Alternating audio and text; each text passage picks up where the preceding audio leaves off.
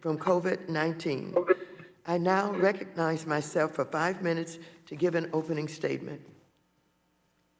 60 days ago, the House passed the HEROES Act to provide the relief to families that is so badly needed in the midst of this ongoing pandemic crisis. Since that time, the pandemic has continued to surge. More than 140,000 Americans have lost their lives to COVID-19. And there have been more than 3.8 million cases across the country. Tens of thousands of new cases are emerging every day. Hospitals in the red zone are again facing shortages of personal protective equipment. And wait times for both tests and test results are unacceptable.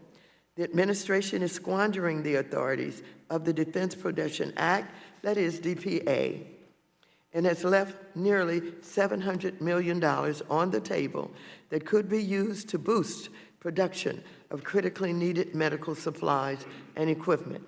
The HEROES Act bolsters the DPA to address these shortages, enhances its ability to navigate the conflicting needs of different states, and provides better transparency and planning to ensure the needs of the American people are met. We need these changes now.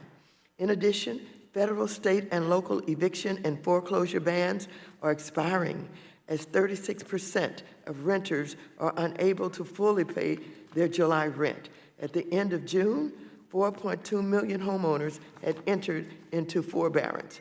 And to make matters worse, on July 25th, the expanded unemployment insurance benefits end even though 47% of all renters are unemployed. The HEROES Act would, among other things, provide $100 billion for renters and $75 billion for homeowners to keep families housed during the pandemic. Small businesses have also been hit hard. More than 3 million small businesses closed between February and April, and Black-owned businesses were hardest hit, declining 41%. This committee has worked hard to ensure that all lending institutions, including minority depository institutions and community development financial institutions, can access federal lending programs like the Paycheck Protection Program, that is the PPP.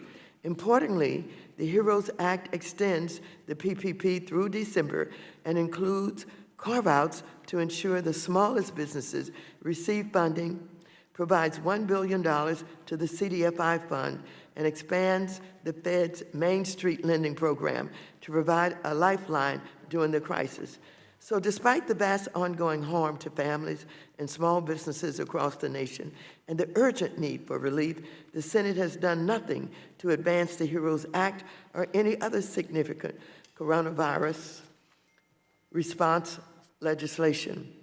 When asked by a reporter this week if a coronavirus bill would pass by the end of the month, Mitch McConnell reportedly laughed and said no.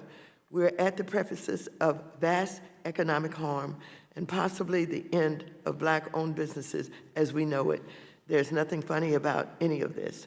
The HEROES Act provides critical relief and protections for all renters, homeowners, people experiencing homelessness, consumers, students, small businesses, minority-owned businesses, and nonprofits, community financial institutions, and state, territory, tribal, and local governments. Colleagues, we must not repeat the mistakes of the past. The 2008 financial crisis resulted in millions of families losing their homes through no fault of their own, and minority communities which had been targeted with predatory mortgages bearing the brunt. Big banks got bailouts, but Main Street did not, and minority communities still have not recovered from the enormous loss of wealth. Now, during this crisis, the stock market has mostly recovered from its early pandemic losses, largely because the Fed has pumped in trillions of dollars. But families are again suffering through no fault of their own. We must not leave them behind. I now recognize the ranking member of the committee, the gentleman from North Carolina, Mr. McHenry, for 5 minutes. Well, thank you, Madam Chair, and I want to thank our witnesses for taking the time to participate today. Look, there's no way to sugarcoat this, and so I'll just say it at the top here. This hearing is a waste of time. People are losing their jobs. People are worried about keeping their homes. And in less than 48 hours, many Americans are facing a fiscal cliff as their benefits come to an end. Remember this day. This is the day in the middle of a crisis, as we speed toward another disaster of this fiscal cliff. House Democrats chose to have a hearing on a bill that passed over 2 months ago. So we're having a legislative hearing about a bill that's already passed the House, with all Republicans dissenting and some Democrats dissenting from that bad bill. But don't take my word for it. Let's use the words of many Democrats, some from this very committee, that have called this a dead-end partisan stunt. In their words, not mine, they say, it's not a good look in a time of national crisis to act in this strictly partisan way. Many of them voted against this bill about this hearing today as a political waste. They called it a political waste, another member of this committee. And still another called it a partisan deadlock measure, a partisan dead-end measure loaded with political wish list items unrelated to the public health and economic crisis facing the country. Those are 3 members of this committee, and this is the hearing we're having today about a bill that they voted against 2.5 months ago. So again, those are the words of my friends on the other side of the aisle, and I wholeheartedly agree with that concept that they've laid out. Americans don't want gamesmanship. They don't want petty partisanship. They want action, and they want results. And every time we waste time, every moment we waste on sideshows like this. First time we've been back in our hearing room for a full committee hearing, and yet we're doing this. So we've experienced more as a nation in the last 4 months than many have experienced in a lifetime. The global health pandemic continues to wreak havoc in our communities. We know that 18 million Americans are unemployed today. More than 30 million continue to receive worker assistance. Our schools are closed. Parents are struggling. Our hospitals are challenged. And at the beginning of this crisis, we came together, we passed a bipartisan bill called the CARES Act. It was the right response at the right time. My view is simple. Let's do that again with the added benefit of real data and facts to guide us in the decision-making process and for the policy outcomes the American people need and deserve. For many workers, the enhanced unemployment benefits package equals 150 to 200% of their usual earnings. As cash-strapped small businesses are struggling to survive, they cannot compete with worker assistance to that very high level. We can't lose sight of the fact that if businesses don't survive, there'll be no jobs for workers to come back to. And so why is that? How should we use that bit of data to drive our decision-making for the next stimulus package? Perhaps we should have a hearing about that. In my opinion, it shows that American people want to get back to work. They want to be a part of our nation's recovery. And we need to know how we can help effectuate that. We need to focus on building better technology, driving innovation, job training programs to ensure a strong and successful recovery.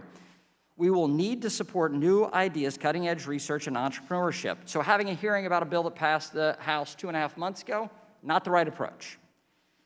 But the point is this: why not spend our time, that little time that we have together, asking the types of questions and seeking the solutions that American people want and need? So I ask my House Democrat friends,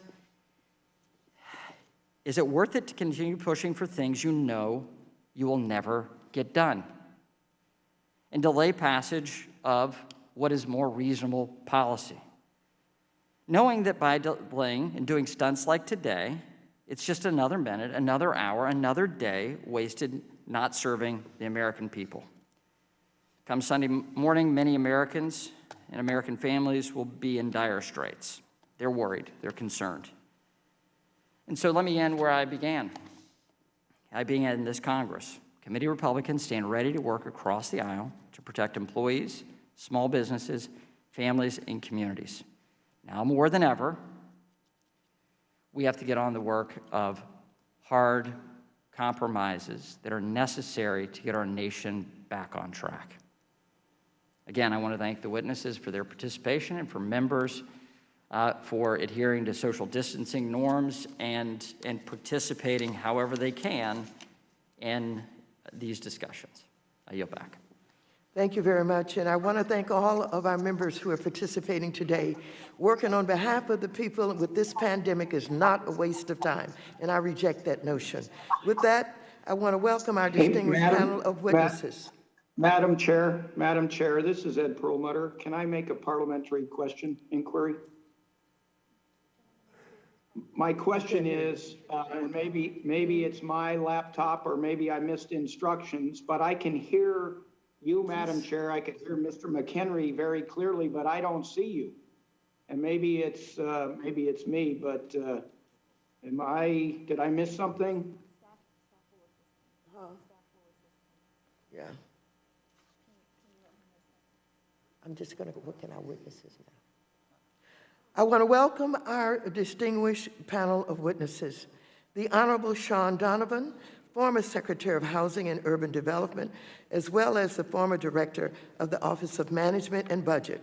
The Honorable Robert Reich, who is currently a Carmel P. Friersens Professor of Public Policy at the Goldman School of Public Policy, University of California, Berkeley, and previously served as the Secretary of the Department of Labor, and Mr. John W. Rogers, Jr., who is Chairman, Co-CEO, and Chief Investment Officer at Ariel Investments.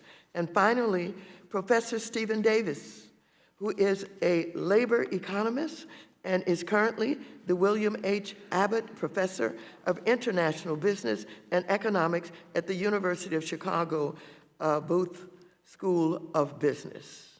Without objection, your written statements will be made part of the record. Each of you will have 5 minutes to summarize your testimony.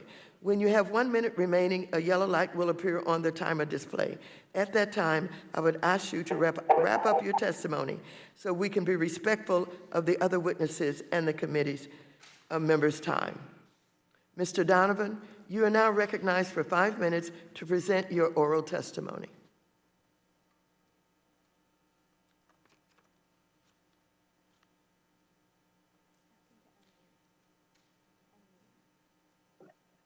Please unmute.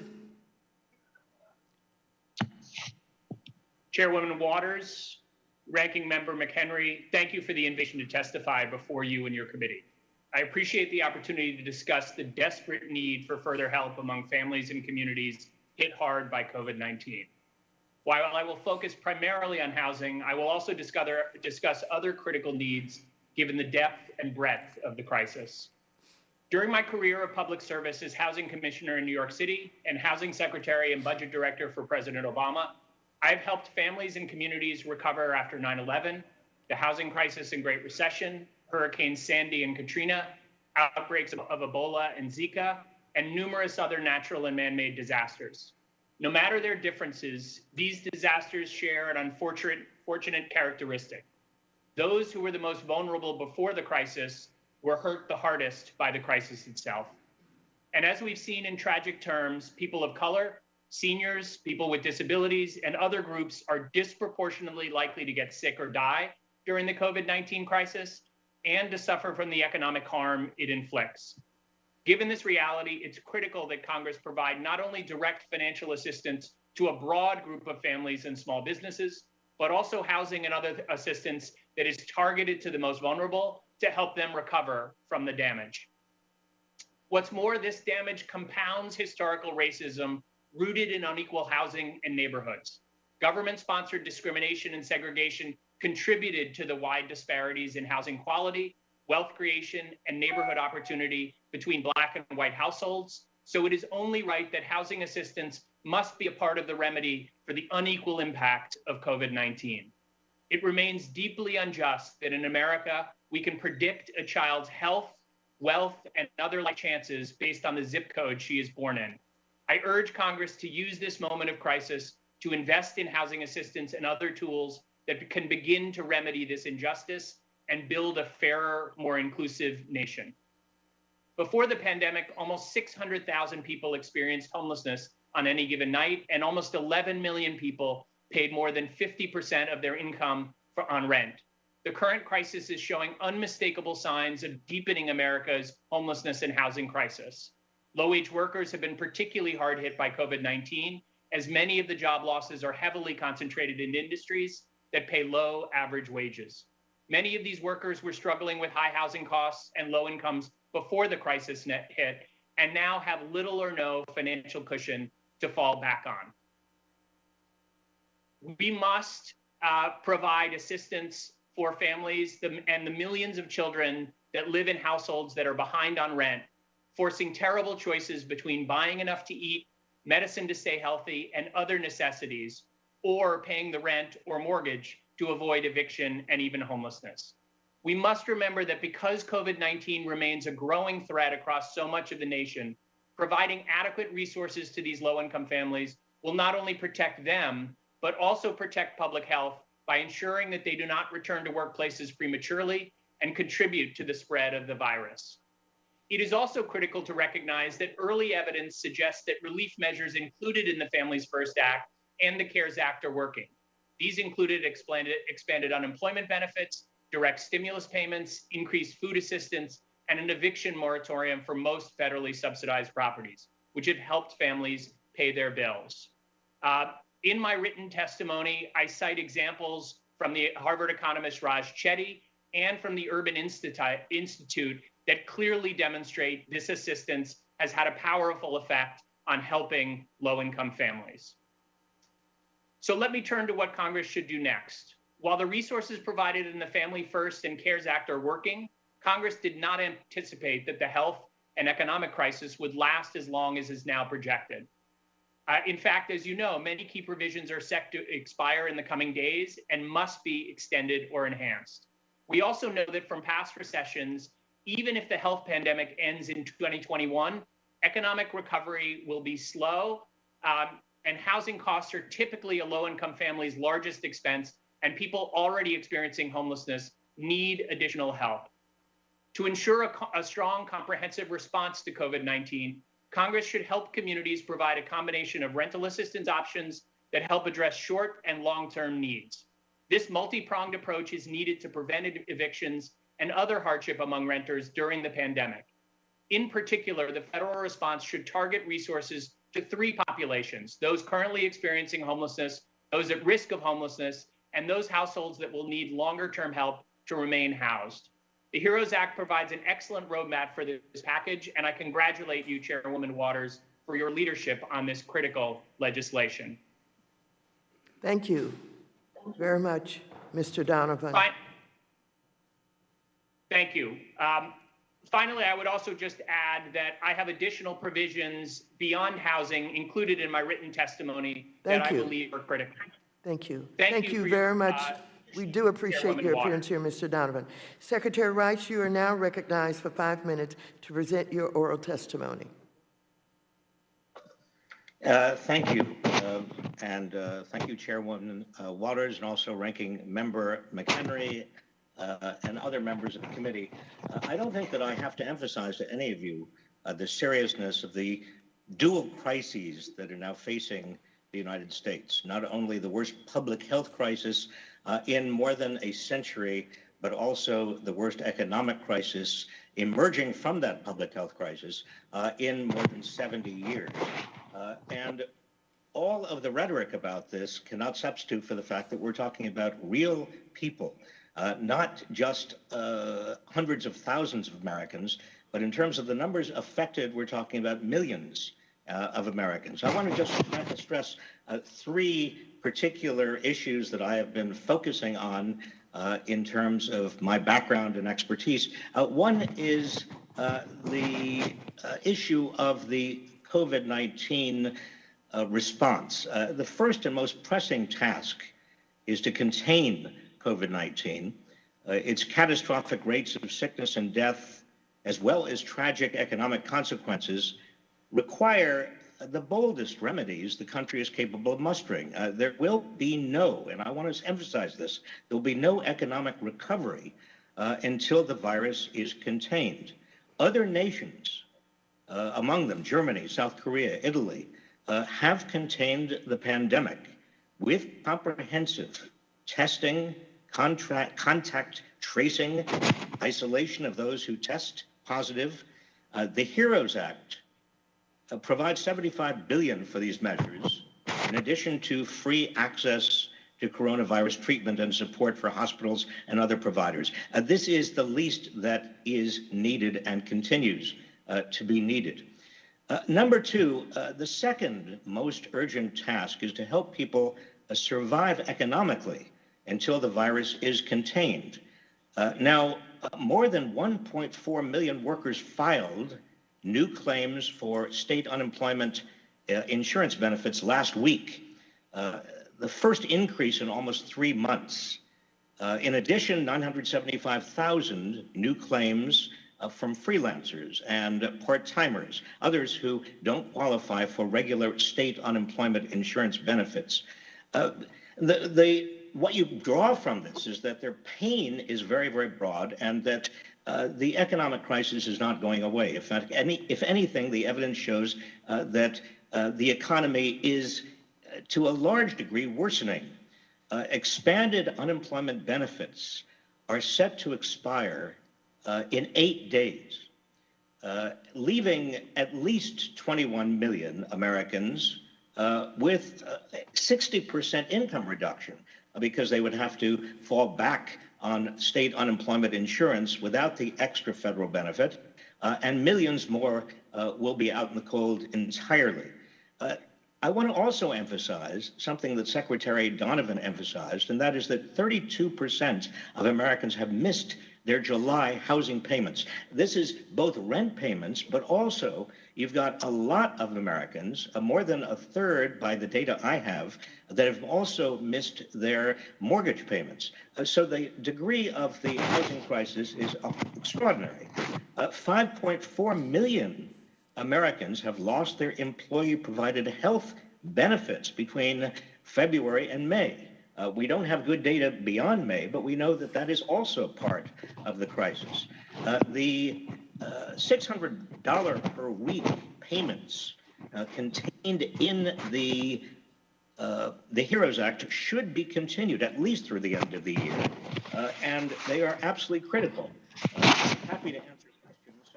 I know that there are some policymakers and some members who are concerned that they have discouraged, these payments have discouraged people from seeking jobs, and that is very highly unlikely given the few jobs that are available, and also given the size of the economic collapse. A little bit of extra money in people's pockets is good for the economy because people turn around and spend that money. And that additional spending power has been critical for keeping the economy, those portions of the economy that are functioning, continue to function. And we shouldn't tamper with something that seems to be working. And that those extra $600 payments should be continued through at least through the end of the year. And finally, I want to emphasize state and local finances. The state and local governments are soon to be hit with massive shortfalls. They're estimated to be at least $555 billion over the next 3 state fiscal years. And without substantial federal aid, those shortfalls are likely to require very deep spending cuts and layoffs of people who are most responsible for the health and education of people imperiled by this pandemic. The HEROES Act provides nearly $1 trillion to state and local governments, which is minimally adequate. And so, again, I want to congratulate the chairwoman, the members of the committee who have put this extraordinarily important bill before the public. And thank you very much, Secretary Rice. Your time has expired. Thank you so very much. Mr. Rogers, you are now recognized for 5 minutes to present your oral testimony. Chairwoman Waters, Ranking Member McHenry, and members of the committee and staff, thank you for inviting me. It was my honor to testify before the Subcommittee on Diversity and Inclusion 1 year ago, and I want to thank Chair Beatty for her leadership. I am here today with one core message: Black wealth and Black businesses matter. As a proud great-grandson of J.B. Stratford, a pioneering entrepreneur who owned the Stratford Hotel in Tulsa, Oklahoma, this is personal. His hotel was torched during the 1921 Tulsa race riots, and the opportunity to pass down wealth through generations, like many white families, went up in smoke. Imagine what the Greenwood section of Tulsa, known as Black Wall Street, would be like today. Think about the billions of unrealized black wealth wiped out by angry mobs more than a century ago in Wilmington or Memphis, the site of the People's Grocery. Add the weight of Jim Crow, redlining, and racism, and the cause of economic inequality is clear. Few realize that the wealth gap between blacks and whites has widened since segregation was legally outlawed. Dean Kerwin Charles at Yale Business School found that while the gap shrunk between 1940 and 1970, it is now wider than in 1950. If you look at the revenue of the 353 largest privately held companies in Chicago, Crain's reports that there are no black companies in the top 150. Ariel is number 351. The pandemic has made these disparities worse. According to research by Robert Fairley, the number of black businesses sank by 41% between February and April, more than double the 17% decline of white businesses. Most of these are low-margin, service sector areas that survive on foot traffic. They're also far less likely to have significant savings or quick access to capital to stay afloat. Therefore, it is not a surprise that more than half of Black America is unemployed. These disparities are linked directly to the wealth gap. Now, the size, scale, and speed of the federal response was remarkable. I commend you all for acting quickly to try and prevent a Great Depression. However, systemic inequality has limited the impact of the recovery effort. Bloomberg News highlighted the discrepancies between PPP beneficiaries in Cleveland. Small businesses in a predominantly white zip code received 343 loans. Black-owned small businesses just a few miles away received only 83 loans. The HEROES Act includes many terrific ideas that, if enacted, will make a difference. Relief for state and local governments will ensure that first responders can continue to save lives. Helping people to stay in their homes and put food on the table will prevent a humanitarian catastrophe. Lastly, strengthening the PPP with specific benchmarks for CDFIs, MDIs, and SBA microlenders will limit the damage and pave the way towards a stronger recovery. As you continue to meet this unprecedented crisis, I would offer three themes that we developed at our Black Corporate Directors Conference. We call them the 3 Ps: people, purchasing, and philanthropy. We think that could help lead to real change and help shrink the opportunity gap. Many corporations have turned first to charitable contributions, but philanthropy will not solve generations of inequality. First, I would require that any company or nonprofit that receive funds through the CARES Act to disclose the diversity of their boards and racial breakdown of their people across all levels, including senior leadership positions. As my co-CEO Melody Hobson often says, math has no opinion, and what gets measured gets done. At Ariel, we can point to more than 45 occasions where we successfully convinced our portfolio companies to add a diverse director. As shareholders, we believe this enhances long-term performance. Second, I encourage you to press companies you oversee and the anchor institutions in your district to measure their purchasing with minority businesses by category and focus on high-margin professional services and technology fields where wealth, power, and jobs are created today. While access to capital is crucial, access to customers is also important. Finally, we must replace the obsolete term supplier diversity with business diversity and demand unconscious bias training. Dr. King once said that many white Americans of goodwill have deplored prejudice, but tolerated or ignored economic injustice. Today, the future of Black businesses are in doubt, and our nation cannot thrive without strong communities of color. That is why it's so vitally important that we all work together to support the HEROES Act. Thank you. Thank you very much. Professor Davis, you are now recognized for 5 minutes to present your oral testimony. Thank you, Chairwoman Waters, Ranking Member McHenry, and members of the committee for this opportunity to testify today. More than 19 million Americans were laid off from their jobs in March and April. Despite recovering some lost ground since then, payroll employment in June is nearly 15 million below its February level. When it comes to economic relief and recovery policies to address this situation, it's useful to recognize some key facts about the recent performance of the U.S. labor market and its current condition. First, employers in aggregate hired nearly 5 workers for every 10 layoffs in March and April. This remarkable fact highlights the capacity of the U.S. labor market to respond in positive ways, even amidst the worst employment contraction since records began. Second, we must also face a hard truth. Many millions of the jobs lost during the pandemic recession are gone for good. 1/3 or more of the job losses from March to May are likely to be permanent in the sense that job losers won't return to their old jobs at their previous employers. This sobering observation underscores the critical need for new jobs. Third, the COVID shock caused huge shifts in consumer spending patterns, working arrangements, as we see today, and business practices. Many of these shifts will endure after the pandemic ends. They won't fully reverse. That will lead to more job losses, but also opportunities for new business development and new job creation. Fourth, jobs are more abundant than suggested by our extraordinarily high unemployment rate. According to recent survey evidence of households, jobs are about as hard to find now as they were in 2015, when the unemployment rate averaged only 5.5%.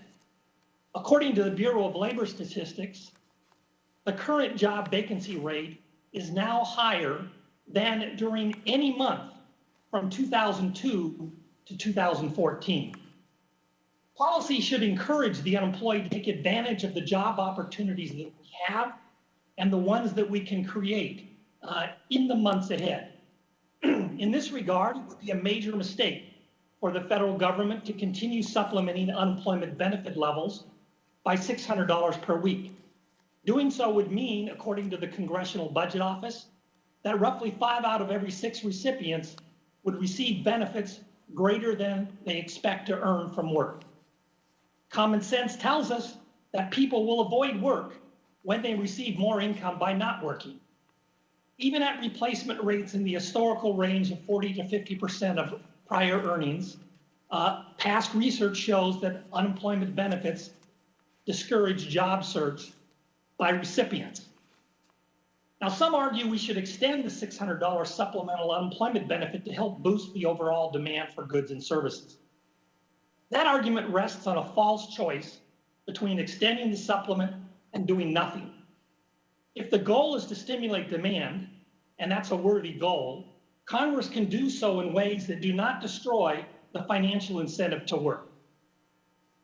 If extended, the supplemental benefit payment will discourage a return to work and will slow the economic recovery from the COVID-19 shock. Now, I want to recognize and endorse another provision of the CARES Act, and that is to let gig workers, independent contractors, and other self-employed persons receive unemployment benefits when they lose their ability to earn a living through no fault of their own. These workers also have bills to pay and families to support. We also need policies that channel liquidity to cash-strapped businesses with good commercial prospects. Low-interest loans are a useful tool in this regard so that businesses can survive the cash flow crunch and ramp up operations as the pandemic recedes. Loans are better than grants for 2 reasons. First, they are less costly for taxpayers. Second, well-designed loan programs encourage viable businesses to sign up for assistance.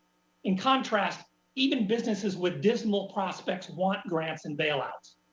There's also a vital role for regulatory reforms that make it easier and less costly for promising businesses to tap private sources of financial capital so they can grow and create new jobs. Let me close on an upbeat note. Census Bureau data show that new business formation has recovered from its lows in March and April. In fact, new businesses are forming at a more rapid clip in the last few weeks than before the pandemic struck. These new companies want to create jobs and hire workers. They will do so if we choose our policies wisely. Thank you, and I look forward to your questions. Thank you, Professor Davis. I now recognize myself for 5 minutes for questions. My question is directed to you, Mr. Donovan. As you know, Representative Heck and I have put forward a proposal included in the HEROES Act for $100 billion in emergency rental assistance to help renters who are struggling to afford their housing costs during the pandemic. As we are anticipating an eviction crisis like this country has never seen before, it seems that my friends on the opposite side of the aisle don't fully appreciate the magnitude of the situation because they believe the eviction moratorium and the provision of unemployment insurance are sufficient to address these needs. But the eviction moratorium was only a Band-Aid solution that is about to expire in a couple of days. And while 48% of renters reported they were unemployed, only 18% of renters have received unemployment insurance. There seems to be a misunderstanding that because red states tend to have lower cost rental markets, they do not need rental assistance as much as blue states. But the data shows that 8 out of the 10 states with the highest rates of people who can't pay rent live in red states. Let's be clear, if we don't act, evictions will have devastating consequences for all states. So Secretary Donovan, Federal Reserve Chair Powell said that one of the most important things that we can do is to have a strong economic recovery. To have that is to keep people in their homes. Can you help us understand why this emergency rental assistance is not a bipartisan issue and why it should be a top priority for the next pandemic relief package? Why is it so necessary to immediately provide this $100 billion to support renters? Mr. Donovan. It's an excellent question. And first, I want to say you're absolutely right that while the moratorium on foreclosures and evictions has been a critical step, it covers federally assisted or insured properties. And that means that there are still enormous risks for displacement and eviction even before the moratorium expires. Second, what I would say is that we've learned through hard experience that both the human costs and the fiscal costs of evictions are deep. As we see families lose their homes, we see consequences for children's learnings, that they often miss school. We see disconnections from jobs and job search that makes it harder for families to go back to work.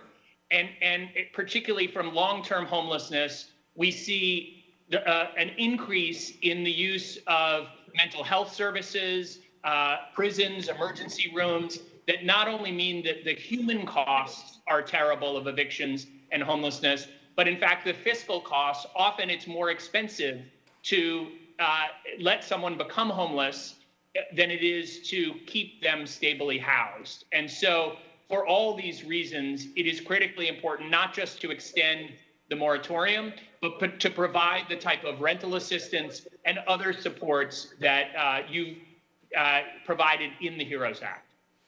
Thank you so very much. And you have just certainly identified why it is so urgent and why it is so important that we have this rental assistance.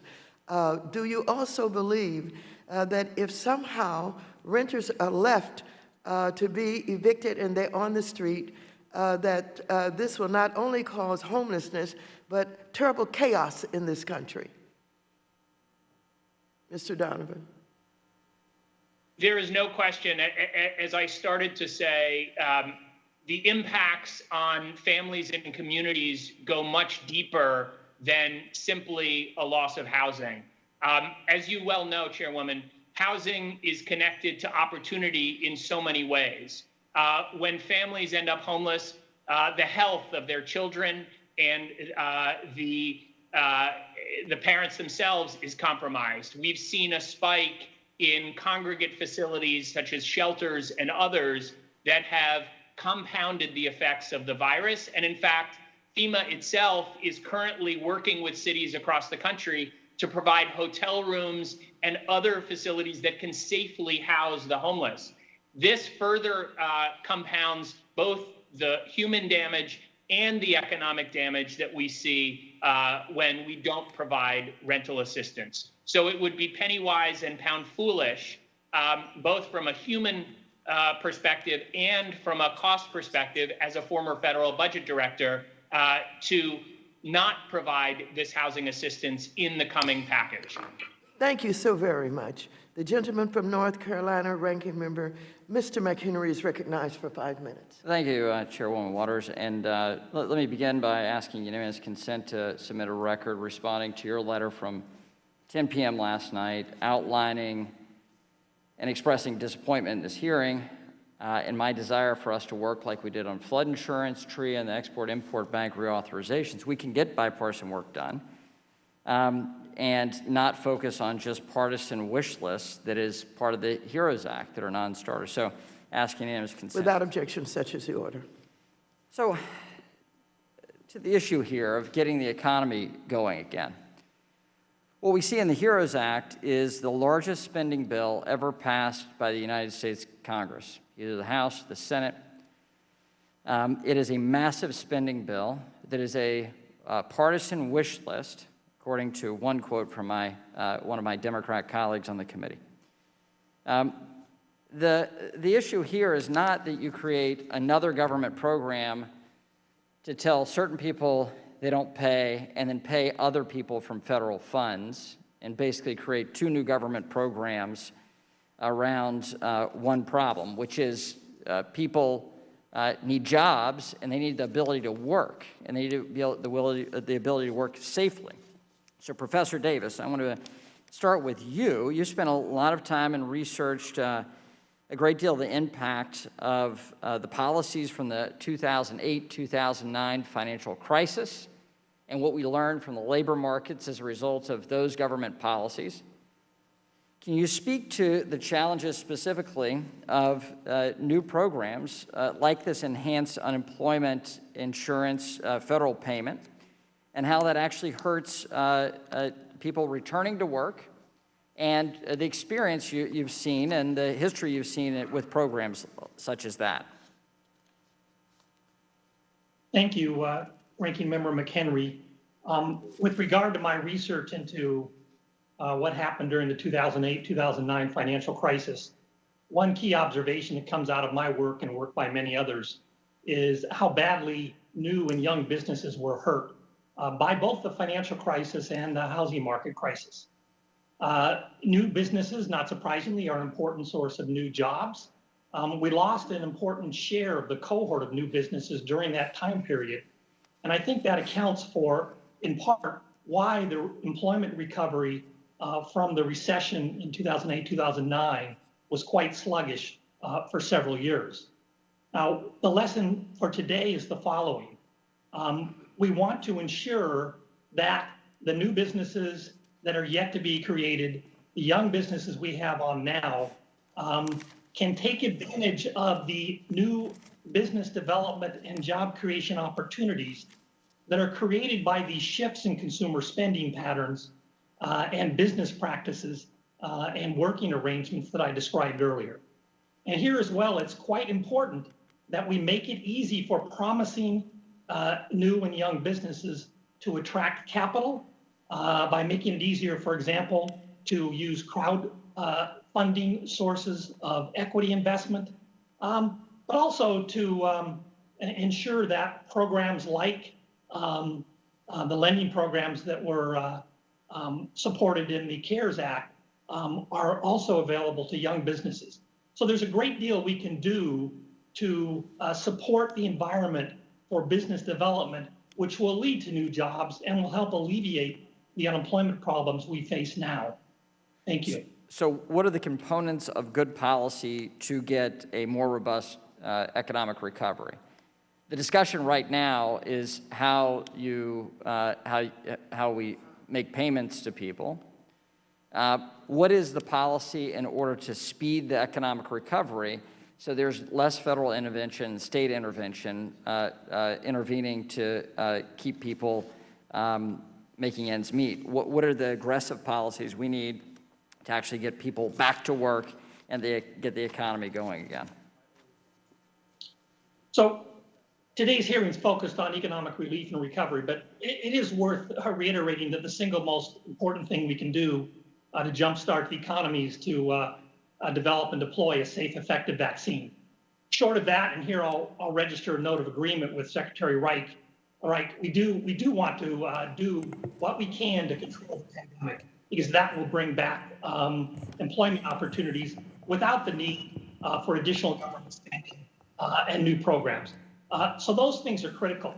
Beyond that, we want to make it easy and attractive for businesses to create new jobs.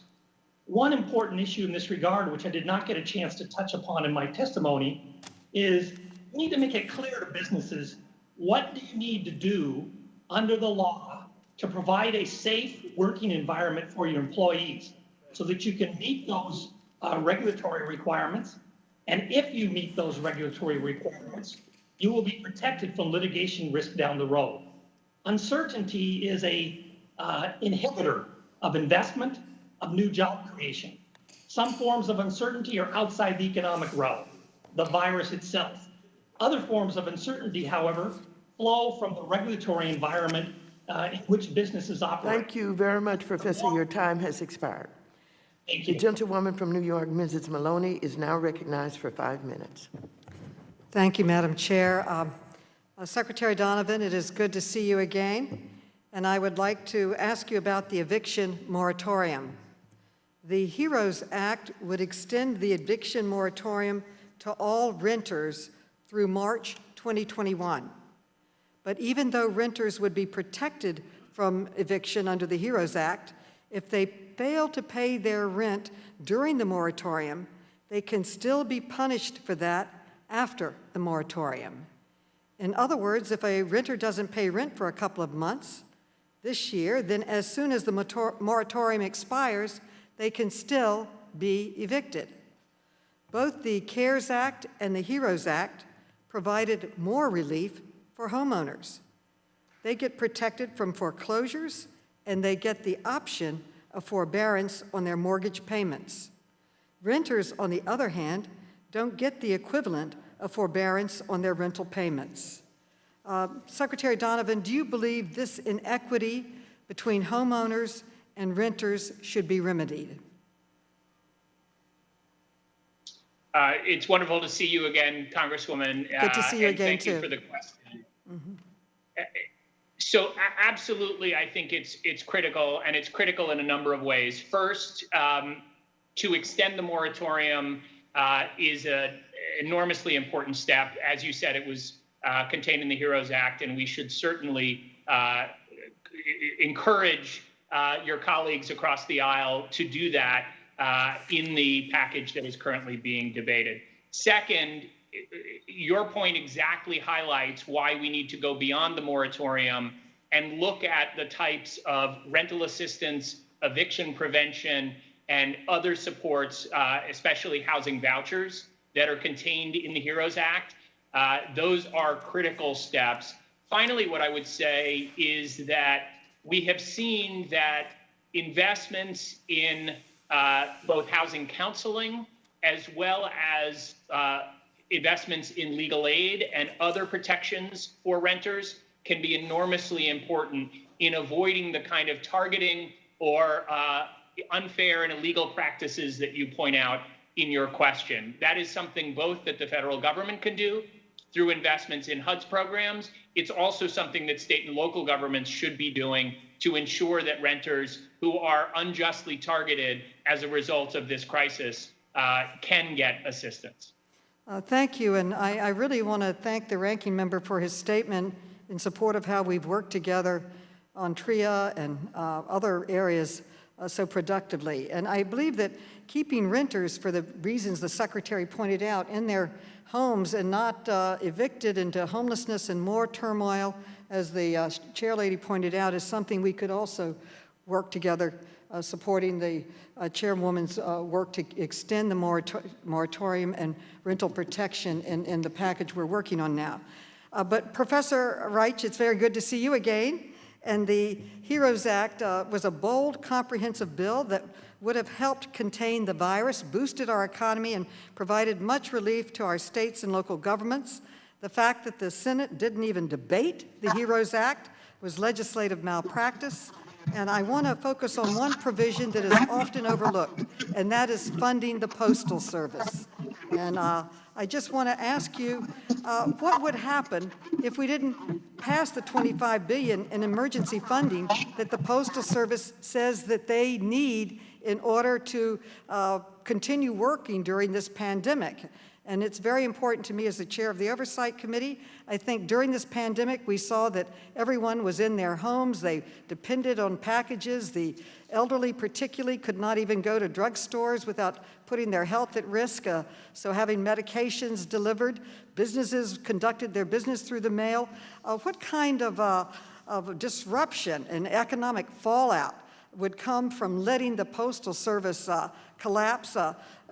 Would that hinder our economic recovery? Who would be harmed the most? Very good to see you again, Professor Reach. Well, Congresswoman, it's to you. In terms of the Postal Service, here's what we know. It is a very critical part of our economic infrastructure, particularly with regard to populations that don't easily have access to the kinds of commercial establishments that many other people do. Rural populations depend on the Postal Service specifically. And the Postal Service also, in the time of pandemic, is critically important as a vehicle, as you pointed out, for people to get the kinds of packages, the drugs, pharmaceuticals, and other things that they also need. And finally, let me emphasize that a lot of people in the upcoming election are going to have to be voting by mail if they are going to vote and if they're going to vote safely. And that vote by mail requires a postal service. Thank you very much. The gentlewoman from Missouri, Ms. Wagner, is recognized for 5 minutes. Thank you, Madam Chairwoman. The purpose of this hearing today is to discuss Speaker Pelosi's legislation, H.R. 6800, the HEROES Act, a massive, almost 2,000-page bill that surprised not just conservatives, but even the most progressive Democrats. It would federalize local elections, give tax cuts to the rich, pour billions into universities that are already overcharging students, expand Obamacare while banning information about lower-cost health care insurance plans, and prevent the administration from securing our borders and protecting Americans from criminals who come into the country illegally. There are numerous provisions on marijuana, sprawling pension bailouts, and stimulus payments to illegal immigrants. It would make it harder for low-income Americans to get back on their feet after the crisis ends, and it would not include liability protections for employers, hospitals, schools, local and state governments. Companies across the country would go out of business and workers would lose their jobs. This bill would mean economic suicide. The legislation was sprung on Republicans and Democrats with barely any time to read through it and allowed for no bipartisan input. After we had all worked together in a bipartisan fashion and passed at least 4 previous COVID packages. It includes an outrageous number of provisions entirely unrelated to what we should be focused on here in Washington. The American people expect us to first and foremost tackle the coronavirus outbreak, promote first and foremost health and safety, and get Americans back to work and save jobs. Dr. Davis, along with Congressman Davis and Congressman Schrader, I introduced the Bipartisan Health Care Protection Act, which would provide premium assistance so people who lose their jobs can afford to keep their health insurance through COBRA without paying increased premiums. In contrast, the HEROES Act would hurt families by banning information about lower cost coverage options. Professor Davis, how can Congress work to help families continue to access health insurance. Does limiting information about lower cost coverage make sense to you, sir? Thank you for that question, Member Wagner. No, it does not make sense to me for the reasons you've suggested. But I also want to underscore a very basic point that you also made reference to, which is many Americans, most Americans get their health insurance through their employer. And if we want to make that opportunity available to them under our current system of funding health insurance, then we need to get the economy going. We need to do the kinds of things that I talked about earlier to help businesses grow and to help create more jobs so that people will have health insurance through their employer. You're right, Dr. Davis, which is why the PPP program was so successful, because the premise was to keep employees attached to their employers. One of my concerns with the HEROES Act is the unrestricted fund for states and local governments with no controls, zero controls in place over how the money can be used. In addition, I know that many state and local jurisdictions, in fact, sadly, I'm very disappointed that a majority of the CARES money that was sent to St. Louis County has not even been distributed yet.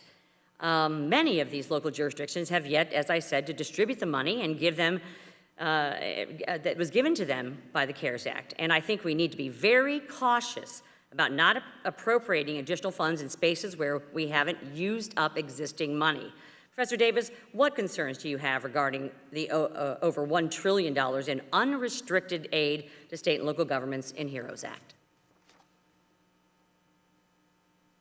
Thank you. I think that the basic point that you're underscoring runs across many of the spending programs.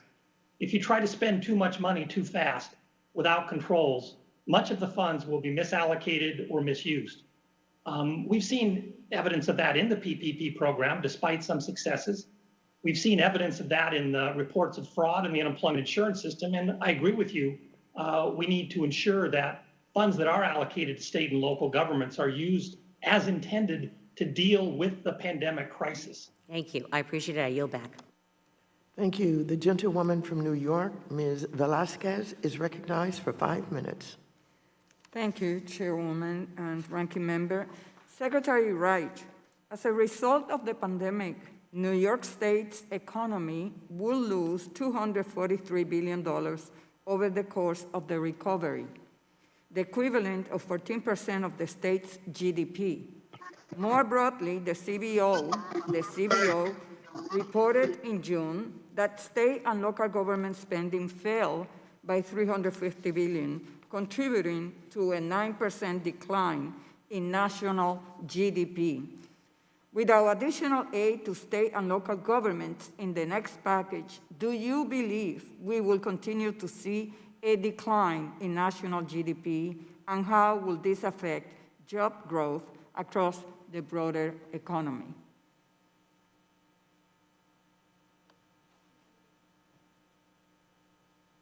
The problems faced by state and local governments are very large, but they will become much, much larger once the fiscal year, the state fiscal year begins, and we're already seeing in July a lot of state governments and local governments desperately struggling because tax revenues have dropped so dramatically.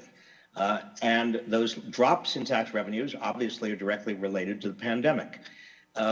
We are also seeing and have already seen dramatic cuts in spending by states, and those spending cuts are likely to increase also dramatically in terms of cuts in vital services. And I'm talking about health and education, Medicaid-related services, and so forth. This is no time for states to cut anything. In fact, it needs to be quite the opposite. The HEROES Act provides $1 trillion to states, and that, in my estimation, given the magnitude of the problems that we are facing, the economic problems and the human problems, that is absolutely necessary. States are not permitted by most state constitutions to run deficits, and therefore it has got to be the federal government that is backstopping states. Thank you. Thank you. Mr. Rogers, as chair of the House Small Business Committee, I and Chairwoman Waters have been out front in ensuring Black, Latino, and women-owned small businesses and the institutions that serve them have equal access to the Paycheck Protection Program. Can you explain the importance of creating a set-aside of PPP funding for CDFIs, MDIs, like in HEROES, is critical to ensuring these small businesses survive and have a full recovery for all communities? The historical discrimination that we face in this country and that I referenced during my testimony, we've not been able to create multi-generational wealth. And in fact, as you know, it's just getting worse and worse and worse because of the continuing discrimination that we face when we're trying to build our businesses.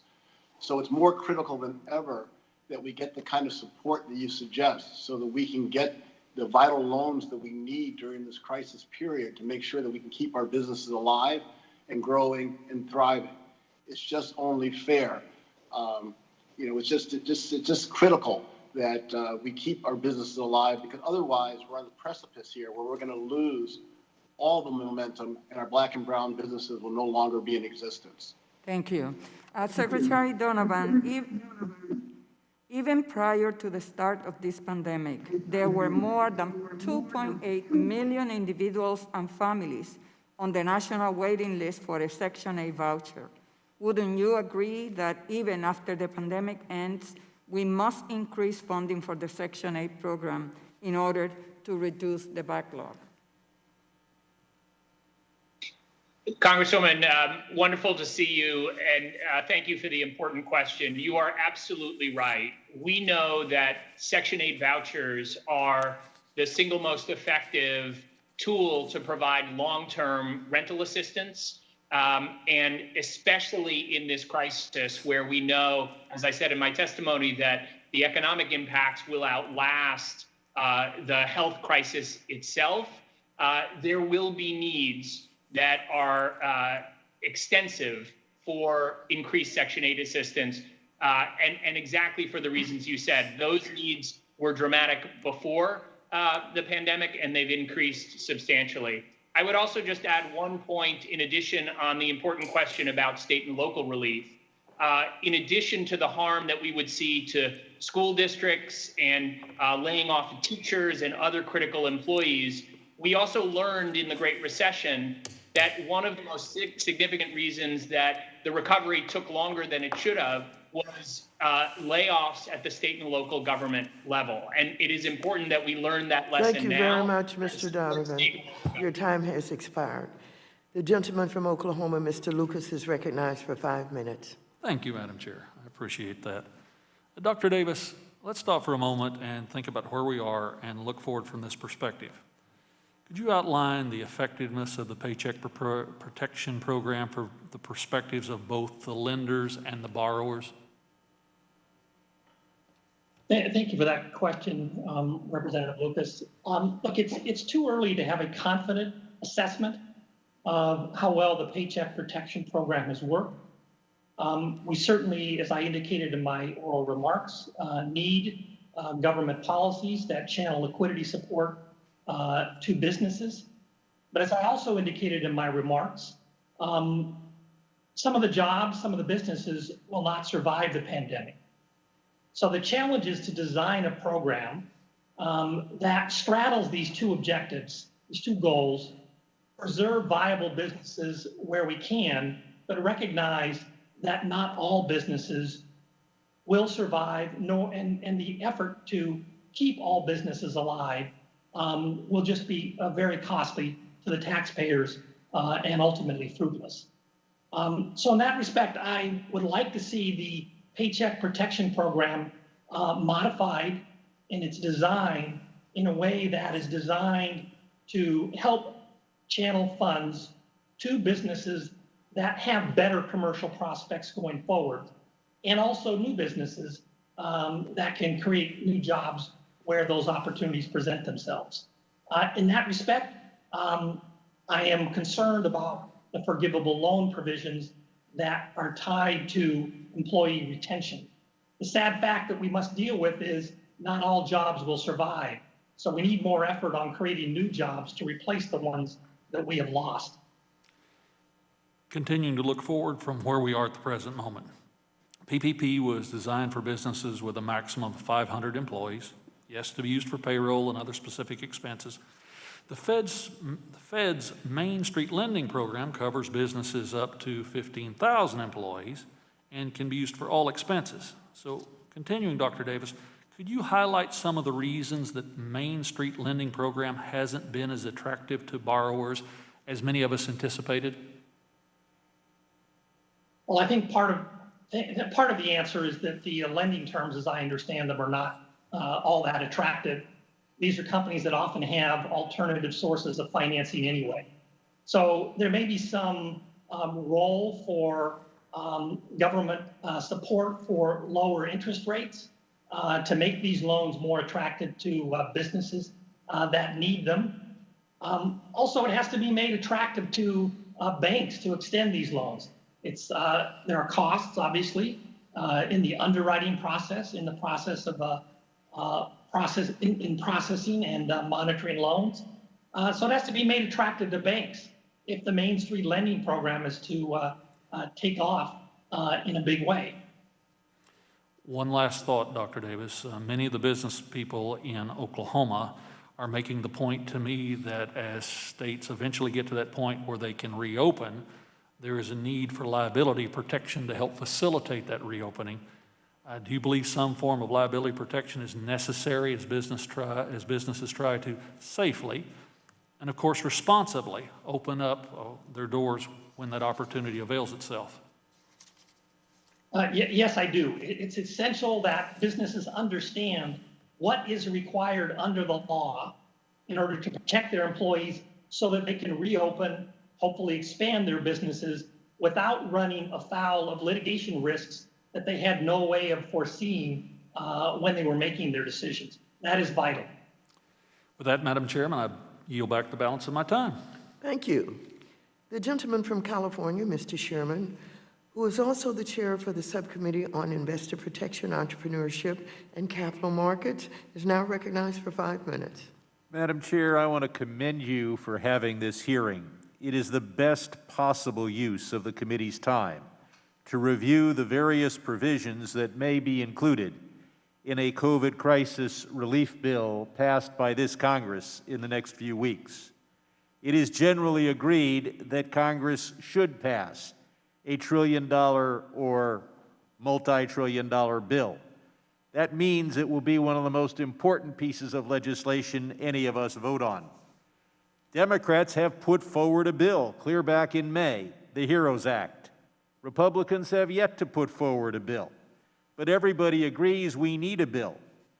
The ranking member claims that it is a waste of time to have this hearing because the HEROES Act will not become law without some change, that the Senate will not accept every provision.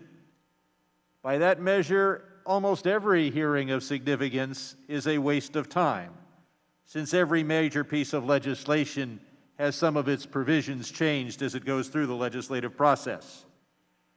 As the COVID crisis bill moves forward, all those involved in drafting the final bill will benefit from the record we create in this hearing, where we hear from expert witnesses, where we see which provisions will work best. There is no better use of our time. But the ranking member chooses to condemn this hearing.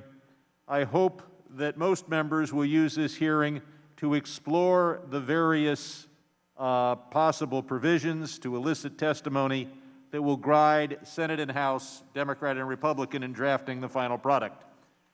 One thing that needs to be in the final product is money for research to defeat the disease.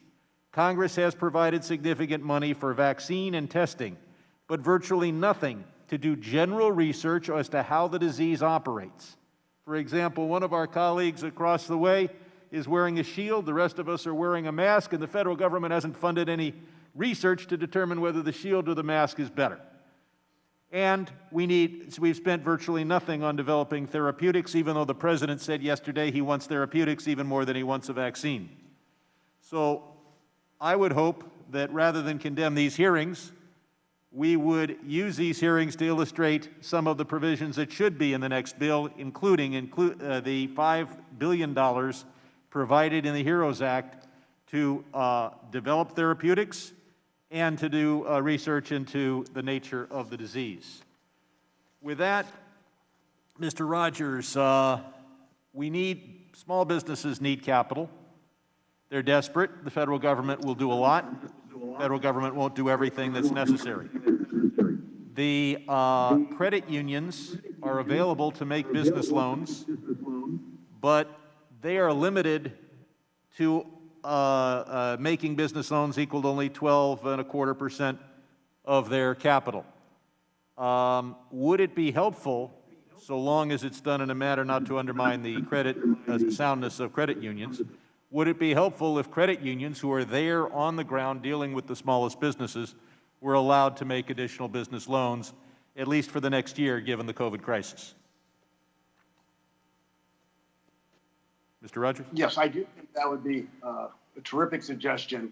The more opportunities we have and the more places we have to get vitally needed capital, I think is really, really, really important. And the only thing I would say, I just don't want people to forget, it's also important that our anchor institutions in our communities do business with local minority businesses, because as we get this capital, we still have to be able to grow our companies, and we have to have customers to do that. Absolutely. I want to point out that one thing we have to address in this bill is the fact that state and local governments have seen a tremendous decline in their revenue. And if we don't adopt the HEROES Act provisions that backfill that revenue, we are in effect voting to defund what state and local governments do. And so those who voted against the HEROES Act once have already voted to defund our schools, to defund our firefighters, and although they wouldn't agree with the slogan or the phrase, to defund our police. I want to pick up on what Ms. Maloney said about the importance of helping people make their rental payments and not right after the COVID crisis having a huge bill to pay, and point out that there are ways to have to provide aid to those whose income exceeds the limits in the HEROES Act, who also will have difficulty, and I'll yield back. Thank you very much. The gentleman from Florida, Mr. Posey, is recognized for 5 minutes. Thank you very much. We've been having a few technical issues here today.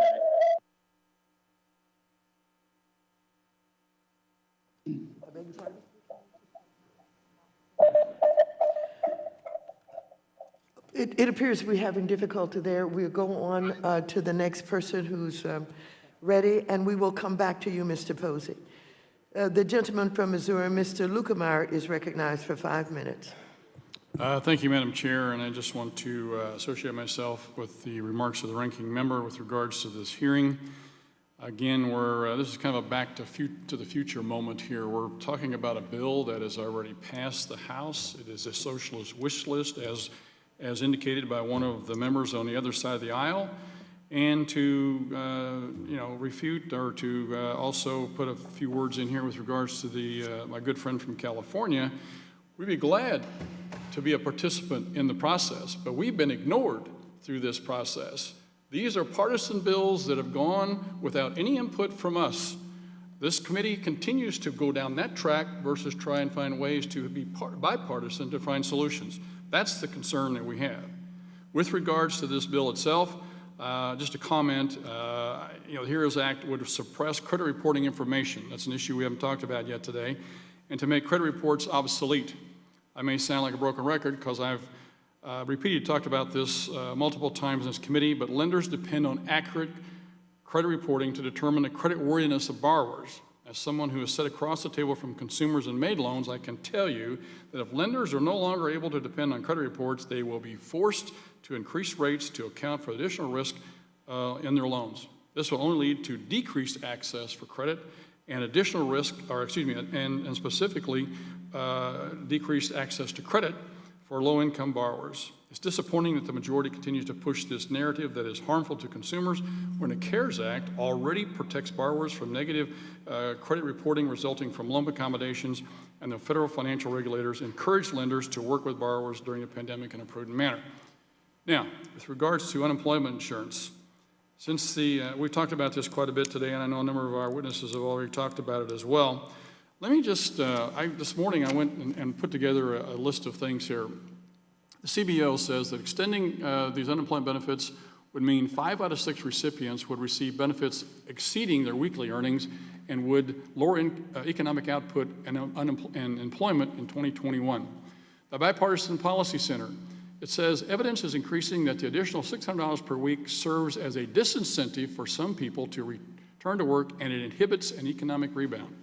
University of Chicago researchers said that 20% of unemployed workers will receive benefits at least twice as large as their last earnings. The Democrat governor of Connecticut said $600 unemployment benefit was not needed as it discouraged work. And the NFIB, the leading small business organization, said that 1 in 5 businesses can't hire because of those UI benefits. Even former Secretary Treasurer Geithner and former Obama economic advisor Jason Furman said, extending the benefit does not make sense now. Mr. Davis, you already stated that you believe that the benefit doesn't need to be extended and that we have abundant jobs, more than we realize. How do we incentivize people to go look for these jobs, to take these jobs, so that we can get people back to work? I don't think we can get our economy back to work by paying people not to work. So can you give me an idea of what you think would be a good way to incentivize people to do this?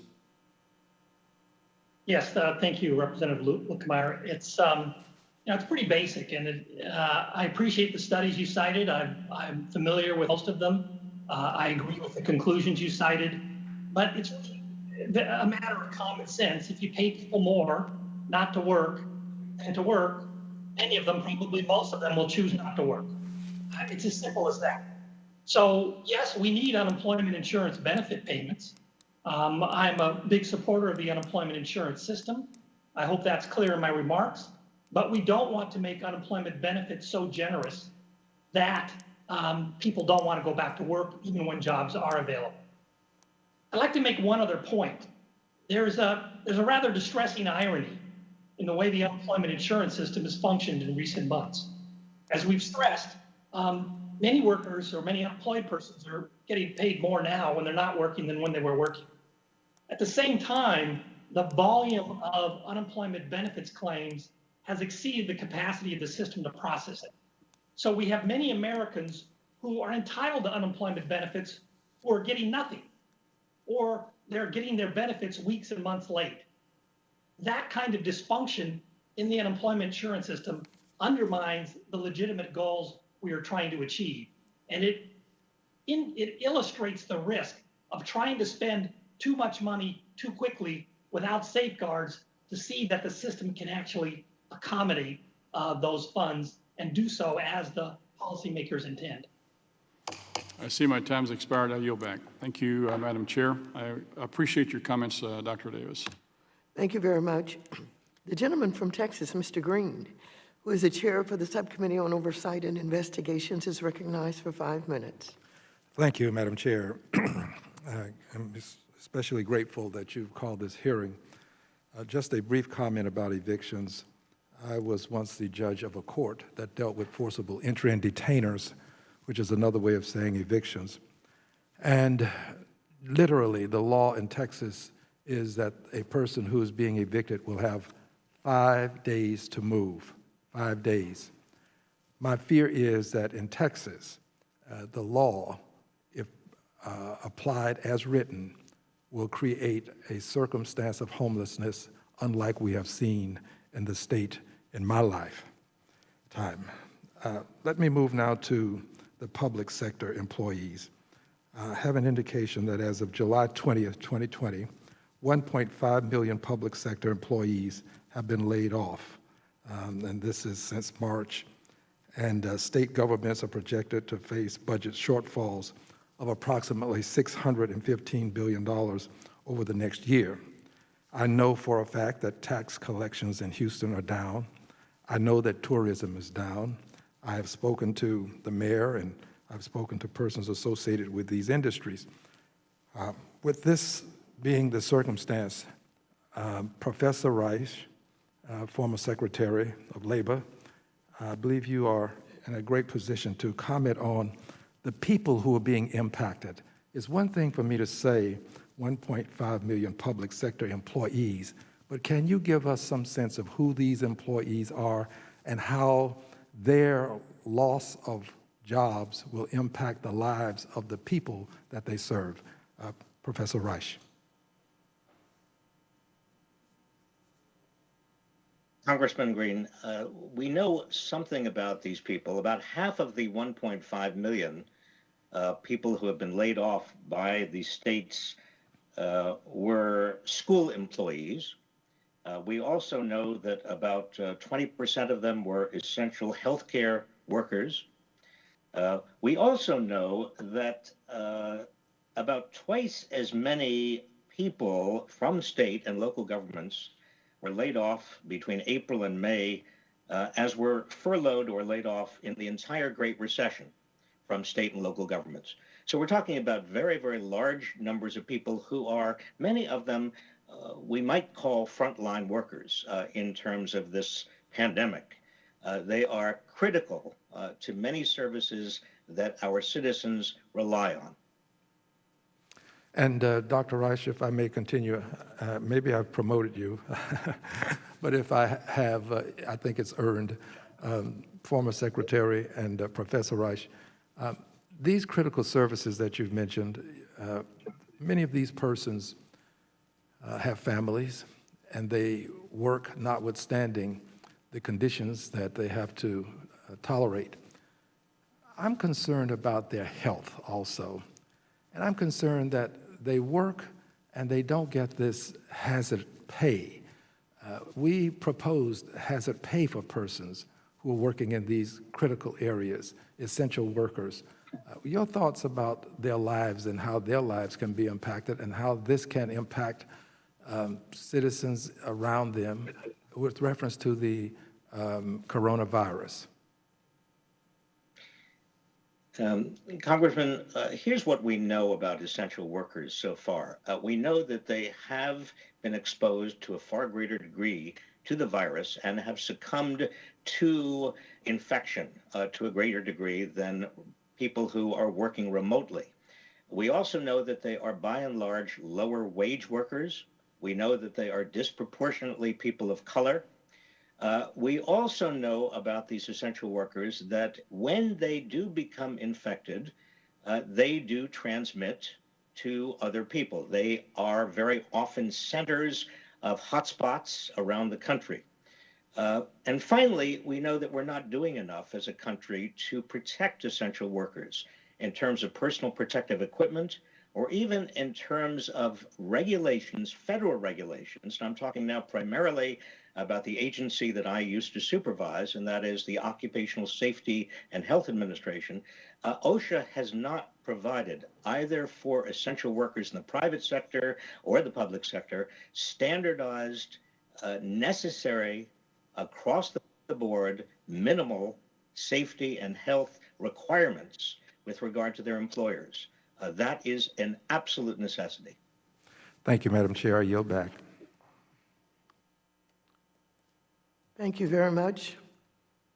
The gentleman from Michigan, Mr. Huizinga, is recognized for 5 minutes.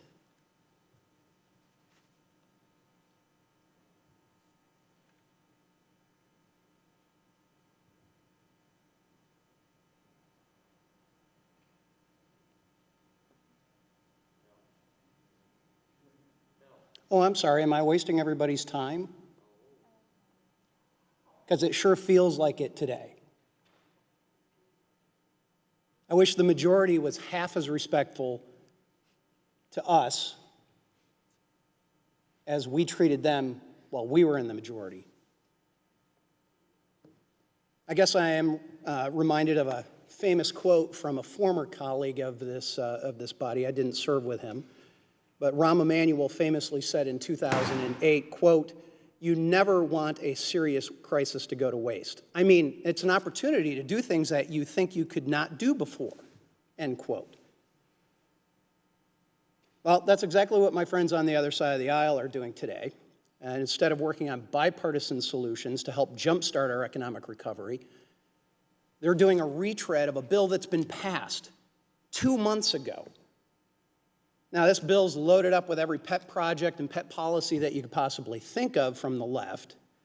But we should have been having this hearing 3 months ago in anticipation of passing a bill that was passed 2 months ago. So I guess maybe we're reliving Nancy Pelosi's 2010 famous quote, "We have to pass the bill so you can find out what's in it," close quote. I guess we're in that phase today. So let me give a dose of reality to the former Secretary of Labor as well. Part of those numbers that he's using and quoting about all of those state employees that are being laid off, here's what's happening in Michigan. The governor decided to furlough and lay off state employees, every state employee, 1 day a week. So they work 4 days a week. They collect unemployment for that 5th day. Oh, but by the way, that then qualifies them for the $600 per week kicker. So they're providing fewer services to the citizens of Michigan, yet collecting a larger paycheck. And not surprisingly, the private sector has followed their lead. Oh, by the way, the state employees automatically got put into the unemployment system, while yet today I have been receiving calls in my office begging for help how to get the state to get constituents of mine of the 2nd District into the unemployment system. Well, here's what we know. This would be the single most expensive bill in history, costing over $3 trillion, 3.4 as a matter of fact, and you thought the $2.2 trillion bipartisan bill was a lot of money. Hold on to your hats, folks. Of course, it's in addition to partisan policy objectives that have been long sought by the left, but the Senate's not going to take up this 1,800-page grab bag. So if the majority is going to waste time today, I'm going to talk about an actual HEROES Act. Here's a bipartisan hazard pay idea. That was one of my colleagues that just brought that up. On April 3, I introduced H.R. 6433, the HEROES Act, helping emergency responders overcome emergency situations. That would support first responders and healthcare workers by creating a 4-month federal income tax holiday. It would continue to build, I'm going to continue to build bipartisan support for this measure because I believe it's reasonable, responsible, and a targeted way to recognize those individuals who are providing emergency services and life-saving care during the battle with COVID-19. And yes, it would go to everyone, not just a doctor or a nurse, but the people going in and cleaning the rooms, those caring for elderly parents. So I also want to talk about some bipartisan solutions that support job creators of all sizes, particularly our hard-hit small businesses. Here's just a partial list of bipartisan bills that we should be discussing and working to enact. H.R. 4860, crowdfunding amendments by the ranking member.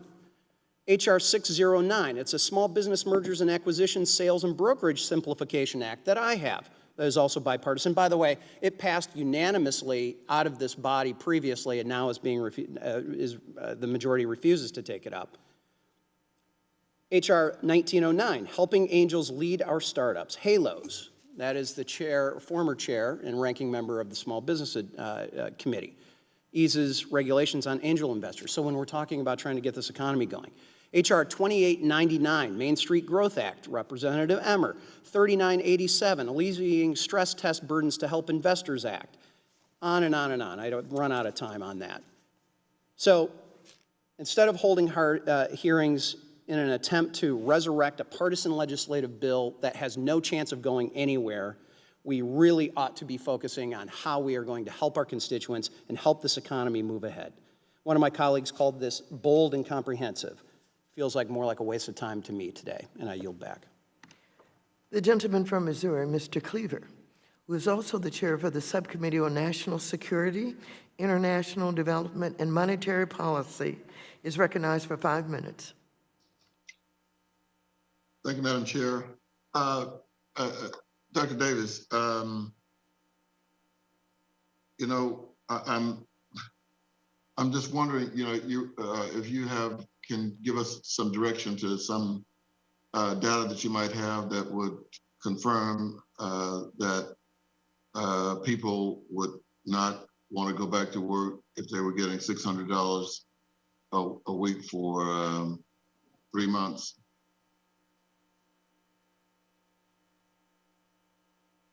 Yes, thank you for that question. We have studies, and I cite 2 of them in my written testimony, that look at the impact of much less generous unemployment benefits, not during the crisis, but during earlier periods.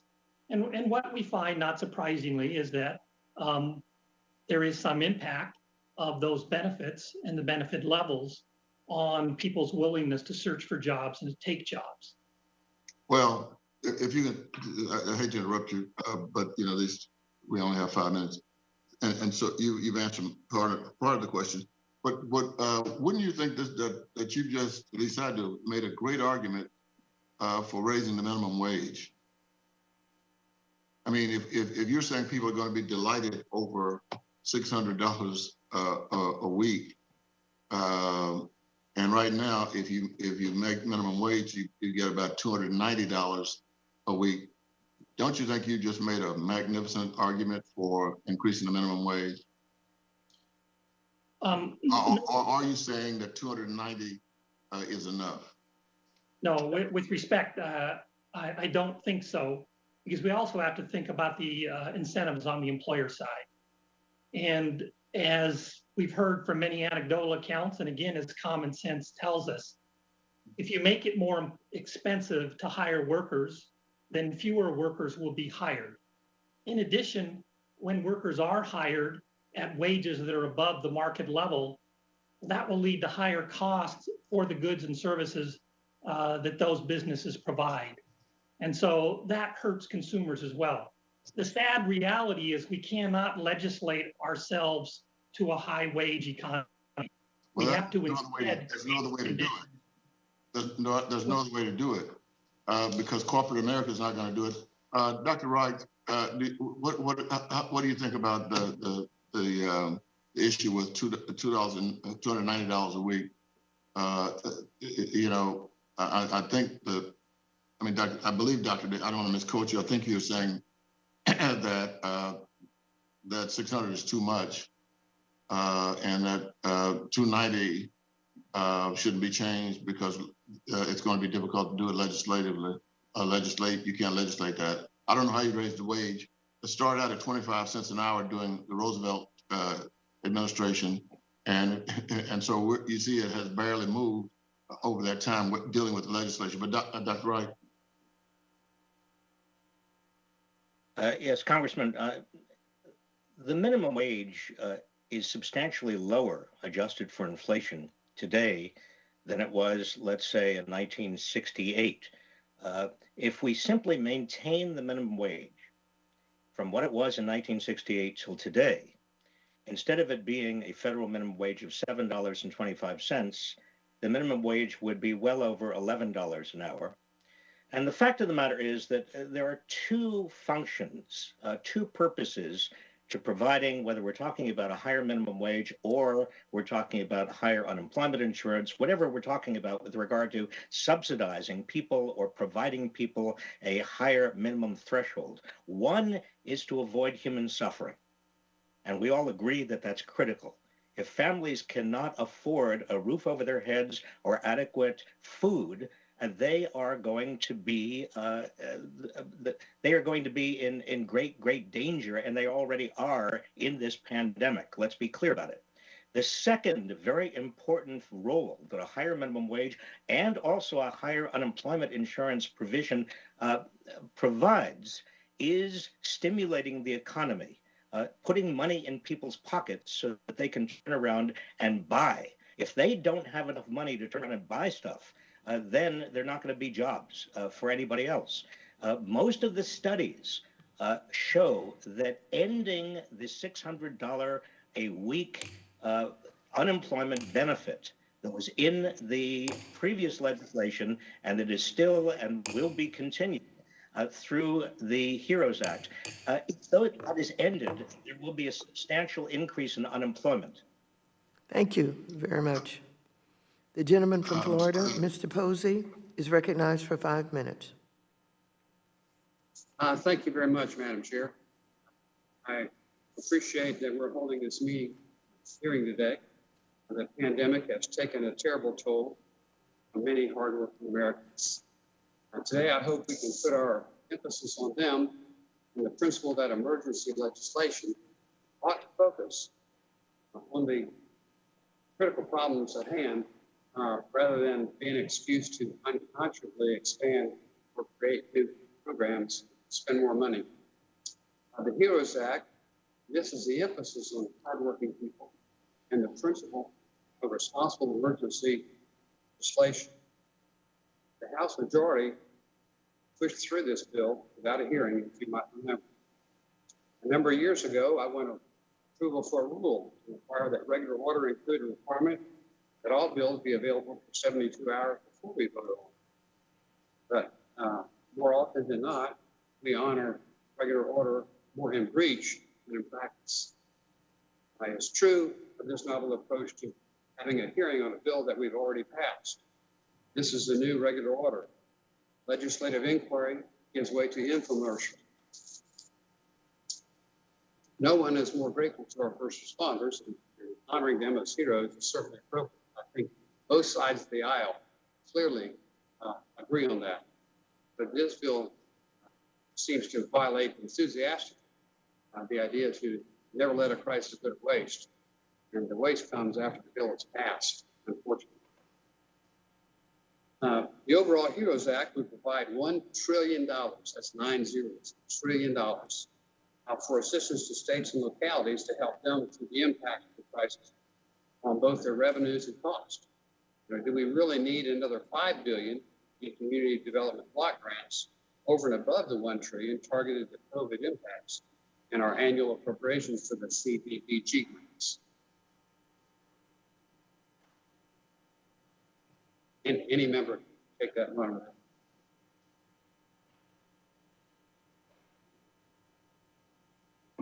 I can certainly address that, given that CDBG is a HUD program.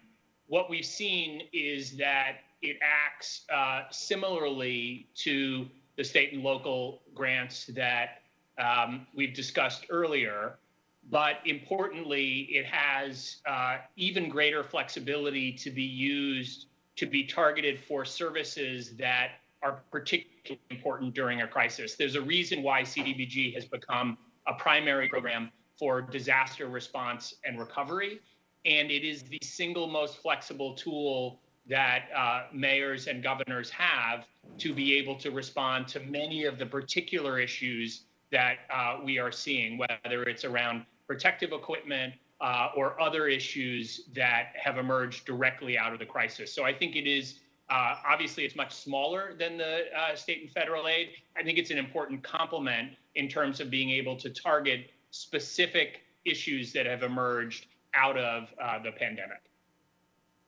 I'm curious about the metrics and specific justification on such enormous numbers, like $1 trillion. Where did that come from? What are the metrics developed? $1 trillion expense, state and local governments.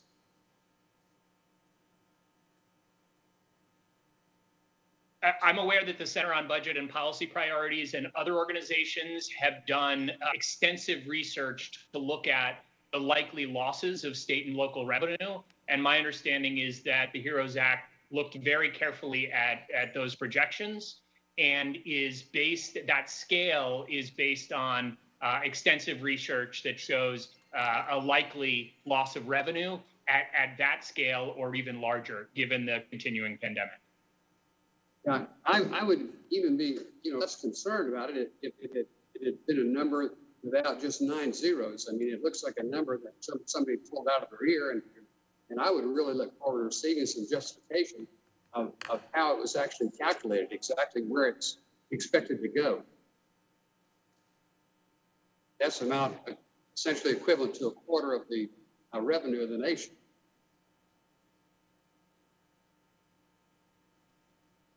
Again, my understanding is that it was based extensively on extensive research that's been done by the Center on Budget and Policy Priorities and numerous other organizations that show at least that large a loss. Again, Congressman, I would point to the fact that this was one of the major problems that extended the length of time it took for the economy to recover from the Great Recession, is that we did too little, not too much, for state and local governments, and that the layoffs and service reductions that we saw were a substantial reason why the Great Recession lasted longer than it needed to.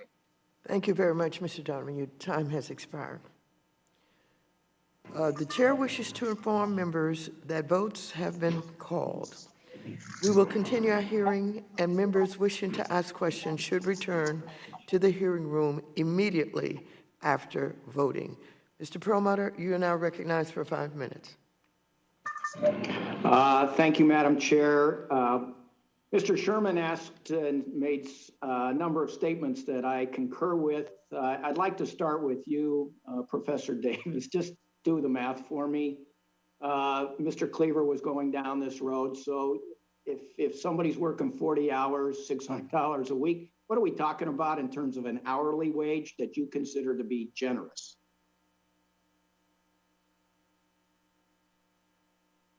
Excuse me, thank you for the question. You asking me just what the hourly wage is? You want me to do the 600 divided by 40, or is you asking me? Yeah, it's 15 an hour. $15 an hour, and you used the word generous several times, and I just, generous is in the eyes of the beholder, and obviously, you may think it's counterproductive to some people getting back to work, but I had to absolutely agree with something you said, which was until we get a vaccine or until we get this virus under control, and there's some certainty, we're not going to, the economy is going to be rocky. Wouldn't you agree? Yes. But let me also note that this $100 is, even if you were only working 10 or 20 hours a week. So if you're working 20 hours a week, then the $600 works out to 30 hours per week. That illustrates a big problem with the $600 benefit. You can decide. But let me stop you. As an economist, I think you would concur part of what we were trying to do in the CARES Act was to provide money into the economy so that there would be demand for goods and services once we came out of this pandemic. And so people could pay their rent or pay their mortgage or buy some goods. I mean, that clearly was something that was a premise for the initial packages. And so, I'd like to turn to Professor Reich, to Secretary Reich. I mean, really, what is it we're trying to do here? Because I think we're in some serious soup here. And the Republicans, Mr. Huizenga kept saying, well, he gave us different quotes. I mean, I feel like the Republicans are fiddling while Rome is burning because we've got trouble ahead of us. So, Professor, why don't you say whatever you want to say? Well, Congressman, your metaphor is unfortunately appropriate. We have not seen an economic crisis of this magnitude, and let me emphasize this, since the Great Depression of the 1930s. This is much, much worse than the Great Recession that we went through, that people remember. We have not seen a public health crisis of this magnitude since the pandemic of 1918. The numbers of Americans who are affected, seriously, negatively affected by what is going on, are simply huge. The two purposes of a $600 a week extra unemployment insurance are, number one, to prevent human suffering, and number two, to stimulate the economy so that people have extra money to spend, and so we don't lose more jobs. If we don't keep those two in mind, we're going to potentially make some terrible mistakes right now, particularly given the magnitude of the crisis in front of us. Well, I thank you for that. And just listening to the whining and complaining of my Republican colleagues on this committee, and this is a rhetorical question, but it's like, why do the Republicans in this committee, in the House, in the Senate, want to bring chaos and hardship on America? They've had 2 months to address what we see coming at the end of this month, and they've done nothing. I mean, do you want a comment on that, Mr. Secretary? Or you want to leave it to a rhetorical question? I obviously can't explain the motives of anybody or any group of people, but let me just say this. The failure to act in a timely way, given this dual crisis, economic and public health crisis, the failure to act is causing unnecessary suffering and harm to millions of Americans. In 8 days, those extra unemployment benefits are disappearing. We know that there are about a third of Americans are behind on their rent or their mortgage payments. Congressman, this is not a small bore issue. A failure to act actually is subjecting large numbers of Americans to unnecessary suffering. The human costs are huge, and we must act. Thank you very much. Thank you, Rice. Mr. Secretary. I yield back.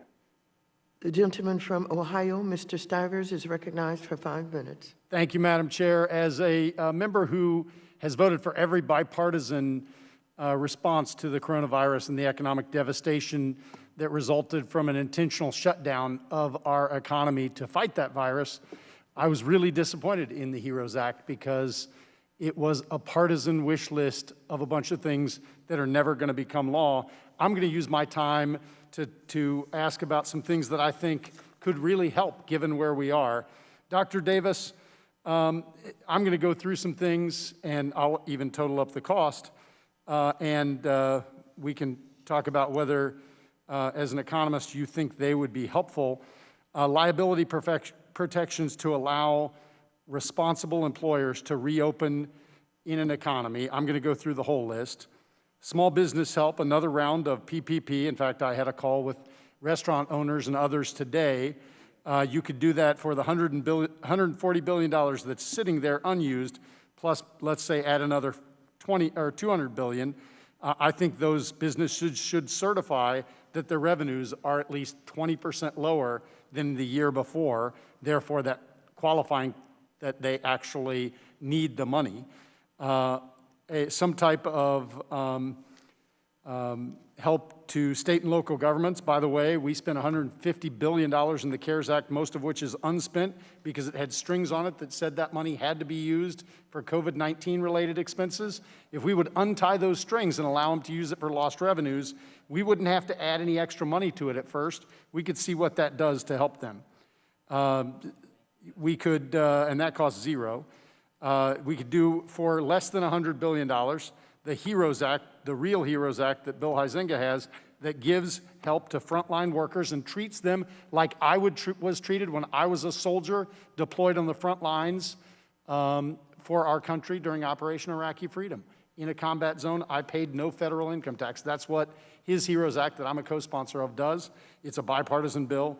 Those essential frontline workers should be treated the same way our soldiers are treated. We could either do rental assistance or we could do the Aspen Institute approach, and I do want to ask you specifically, Dr. Davis, about the Aspen Institute approach that was authored by Timothy Geithner, among others, that says the $600 a week, this is a bunch of economists, creates dysfunction and distortion in the labor markets. They propose a $400 plus up, plus potentially a hiring bonus or tax credit. Another thing that I think should be in there is some type of spending on infrastructure, because our gas taxes have been down as people have been working from home. We could do $50 to $100 billion. So I'll add those up real quick. That'd be $200 billion new dollars in a new PPP program.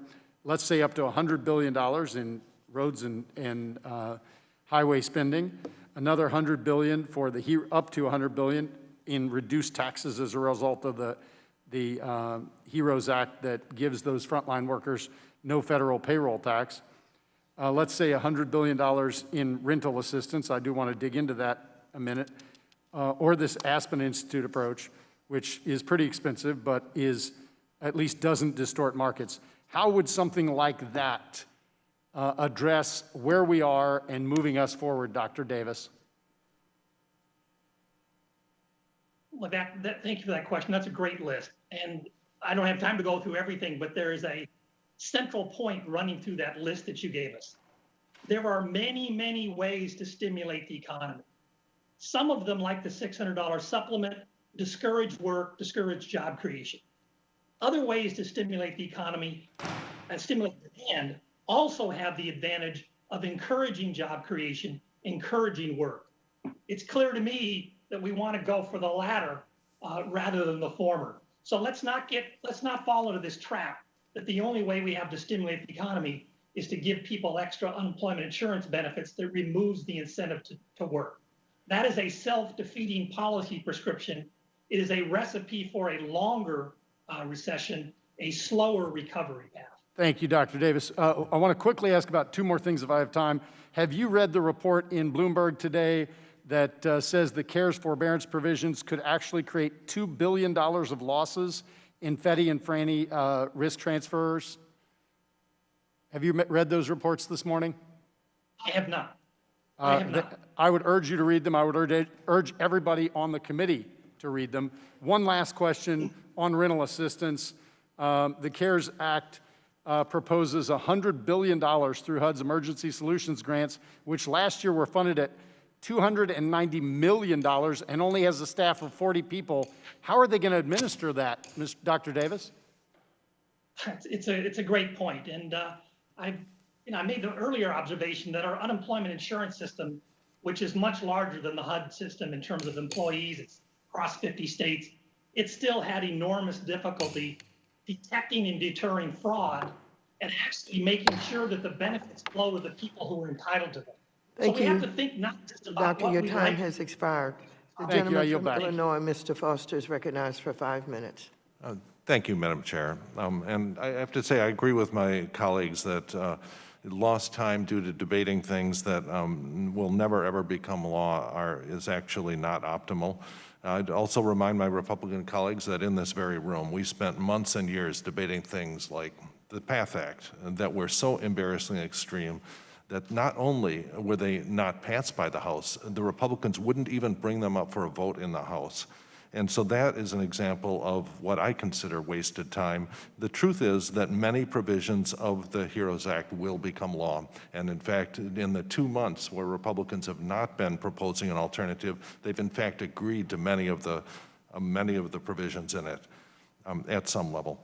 Now, in this debate over the $600 bump in the UI, I get the feeling that we're sort of talking past each other on this committee. You know, I'm from Illinois, and it's one of the states that deliberately pursues policies to create a high-wage economy, which is something I'm very proud of. We do things like investments in education, and a progressive labor policy, and so on. Other states, usually on the other side of this debate in this room, pursue policies to deliberately depress wages, things like right-to-work laws, low minimum wage, ungenerous UI benefits, in an effort to promote what they call competitiveness in the form of low wages. And so it seems to me that there's an obvious compromise here, which is to provide the $600 a week benefit to the high-wage states, while those states who object to this will simply receive a smaller amount or nothing. And so I was wondering if any one of our witnesses here has a feeling of whether that might or might not be something worth considering. Sure, I'll take that one on. Look, I suspect that that obviously means more of the funds under this program would be going to the states that accept the $600. Yes, right. These are the states, of course, that systematically have been funding for generations the low-wage states, the states that depress their wages. We, in Illinois, for example, write a check to the Sun Belt of roughly $20 to $40 billion every year. Have been doing that for more than a generation.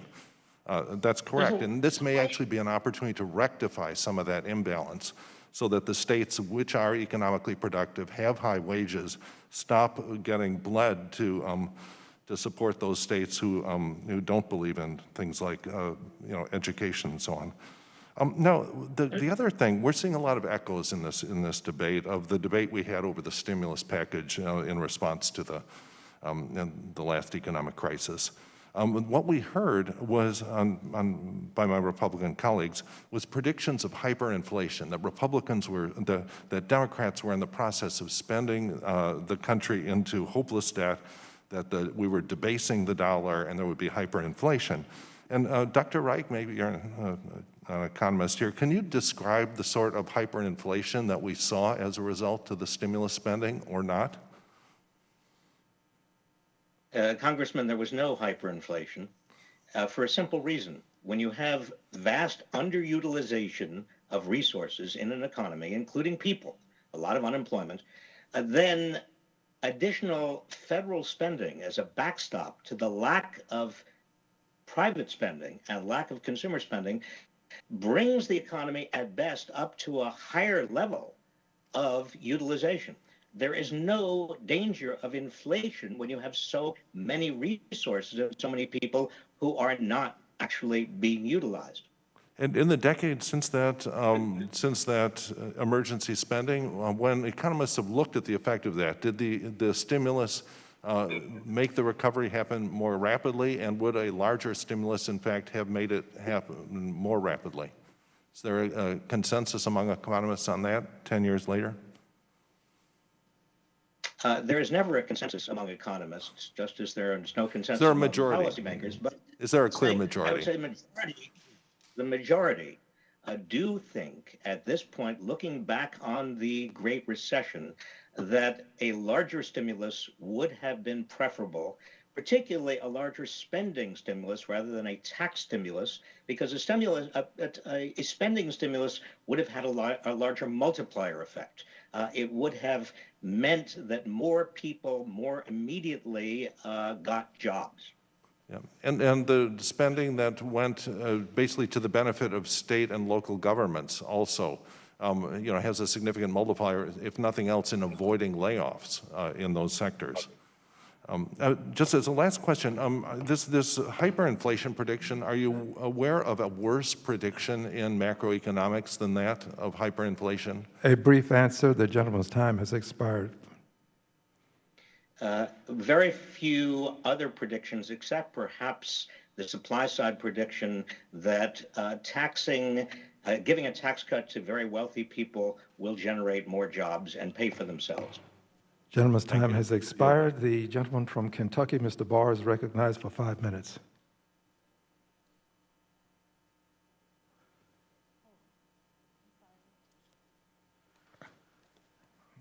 The gentleman from Texas, Mr. Williams, is recognized for 5 minutes. Thank you, Mr. Chairman. I have been happy to see the committee start to get back to more normal activities, but I have to call out this hearing for what it is: a complete waste of time. We've come here to talk about a bill that passed 2 months ago that the Senate will never take up, and the White House has already said they would veto it if we're to get to that president's desk. Even some of my Democratic colleagues, as we've heard this morning on this committee, couldn't vote for this bill and have conceded that it is a wish list of priorities that are not tailored to this pandemic. From the onset, Democrats have not hidden their intentions of not letting this tragedy go to waste. The House Democratic Whip, James Clyburn, stated that this pandemic represents a great opportunity to restructure things that fit our vision. In a time when over 145,000 people have died from this awful virus, it is shameful to try to find a silver lining that it could help advance a political agenda. We need to be working together to create bipartisan solutions to deliver much-needed assistance to the millions of Americans who are hurting right now. We have businesses that are afraid to open because they don't want to be sued if someone gets sick, even if they follow all the state and federal guidelines. We have parents wondering if they were going to be able to send their children to school in the fall, or if they're going to be forced to sacrifice more months of their children's education. There are rural hospitals that are fighting every day to keep their doors open and continue serving their communities. We should be working on finding solutions to these issues, not rehashing a partisan bill while people back home are wondering if Washington will be able to come together and deliver much-needed relief to their communities. I'm going to keep my questions brief because I don't want to continue endorsing this charade of a hearing. So my question, Dr. Davis, can you tell me how $50 million for EPA's environmental justice grants, mandatory energy-saving products at government buildings, bailing out mismanaged private pension funds at unions and newspapers, giving $10 million to the National Endowment of the Arts, or releasing criminals and illegal aliens from federal detention centers, which are all included in the HEROES Act, every single one of them. Will that help our country through this global health pandemic? That's my question. Representative Williams, I cannot see how those programs and spending that you described would address the economic and health crisis we face. Well, thank you. So the bottom line is we should be spending our time working on realistic policy options that will help our constituents back home, not this mess. I yield my time back. Gentleman yields. The gentlewoman from Ohio, Ms. Beatty, who is also the chair of the Subcommittee on Diversity and Inclusion, is recognized for 5 minutes.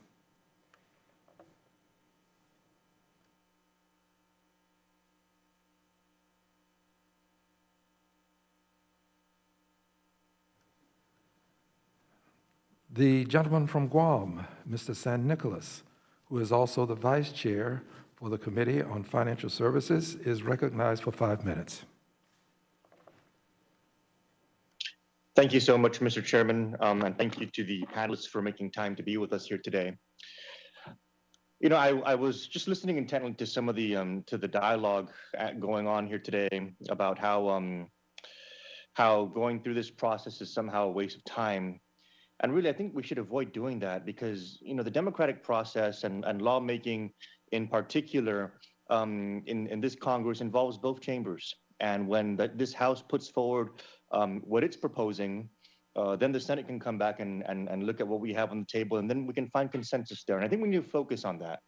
We need to focus on that because the American people need us to present more solutions during these times rather than looking for reasons to make excuses for not having any.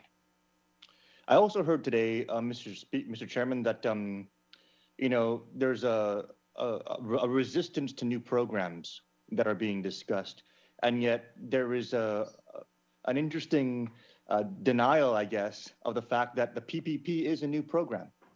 The PPP is a brand new program that we rolled out to respond to this crisis, and it didn't have a hearing, but it worked. And in these kind of circumstances, when we're talking about trying to find solutions, because it's so unique in what we're dealing with, we're not going to know exactly what's going to work until we begin moving things forward and seeing how it turns out. And so in that vein, you know, one of the things that we need to realize is while this pandemic has created a lot of economic distress and has cost a lot of lives, we haven't seen it spill into other areas of our economy that normally would suffer when we're dealing with these kind of broad effects. We haven't seen the housing market suffer tremendously yet. We haven't seen the bond market suffer tremendously yet. The stock market's actually doing quite well. And so while we may not know exactly what formula has prevented this from spilling over into other areas, we need to be mindful of the fact that tweaking anything in that formula could cause an unintended consequence. And so maybe the unemployment, $600 that we're providing could be affecting the labor market, but it also could be what's propping up all of these other markets. And so we need to be very careful about having these all or nothing propositions as we move forward. I wanted to focus specifically on a market that I think is going to be greatly at risk, that this committee has focused on addressing, not only in the HEROES Act, but in HR 7301, which is the Headwaters effort to provide rental and mortgage assistance. The loss of moratoriums, the loss of the $600 unemployment support, and the loss of forbearance that pretty much will be expiring over the coming months that's all going to have a triple whammy effect on the housing market. And we've been hearing stats and we've been hearing data on the number of Americans that are going to be impacted. My chairwoman very wisely focused her opening questions on the human impact and the impact on families. I wanted to follow up as her vice chair on how that will spill into the greater housing market and whether or not we could see a repeat of the 2008 crisis from the bottom up rather than the top down. And so, Secretary Reich, if you can give us your perspective on the potential risks that the housing market in general is going to be looking at if we don't come up with a solution in time. Congressman, let me underscore one point you just made, and that is that the CARES Act has worked fairly well. And you don't try to argue with success to that respect. But one big problem is that we know that 32% of Americans, almost a third of all Americans, have missed either their rental payments in July or their mortgage payments in July.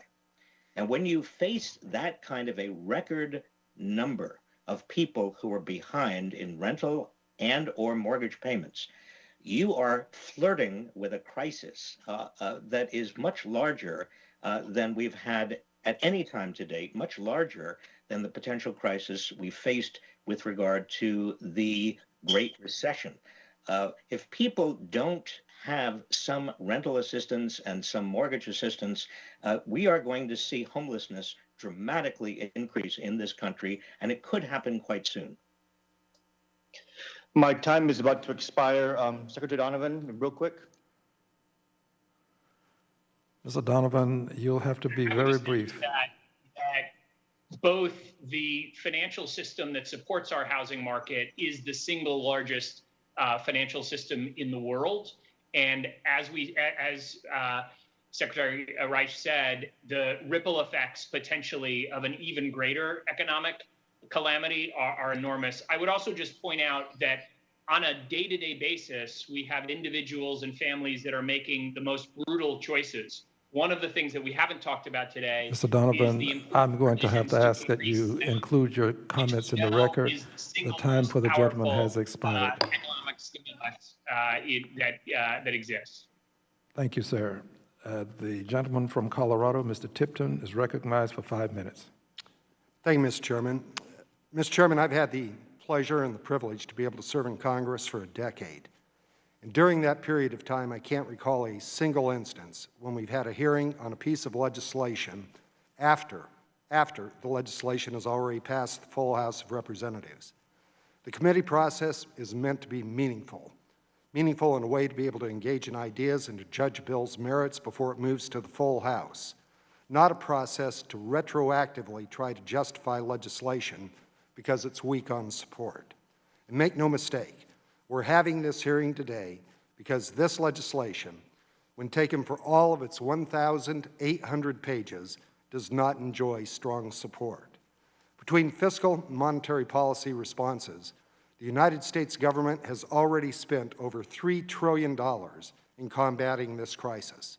And while I agree with Senator McConnell's statements from earlier this week that we do have to have some targeted support going back into our economy, the bill for us today is not a shot of adrenaline. The bill before us today significantly expands federal power and federal spending for a price of $3.4 trillion, doubling the amount that we've spent so far, all without any evidence that the bill's provisions would actually be administered effectively. With the national debt already at $26.5 trillion, I don't want to leave my grandkids, nor do I believe anyone wants to leave to their great-great-grandchildren saddling of more debt for programs that sound good on paper but actually didn't work. Coloradoans currently do need help that Congress can provide, but those exercising leadership in the House are more interested in partisan gamesmanship and political posturing than they are in providing the help that we're capable of creating. Instead of casting our differences aside in the middle of a literal pandemic, we're considering a bill today that's a partisan wish list, masquerading as a solution. Coronavirus is testing literally the middle of this country.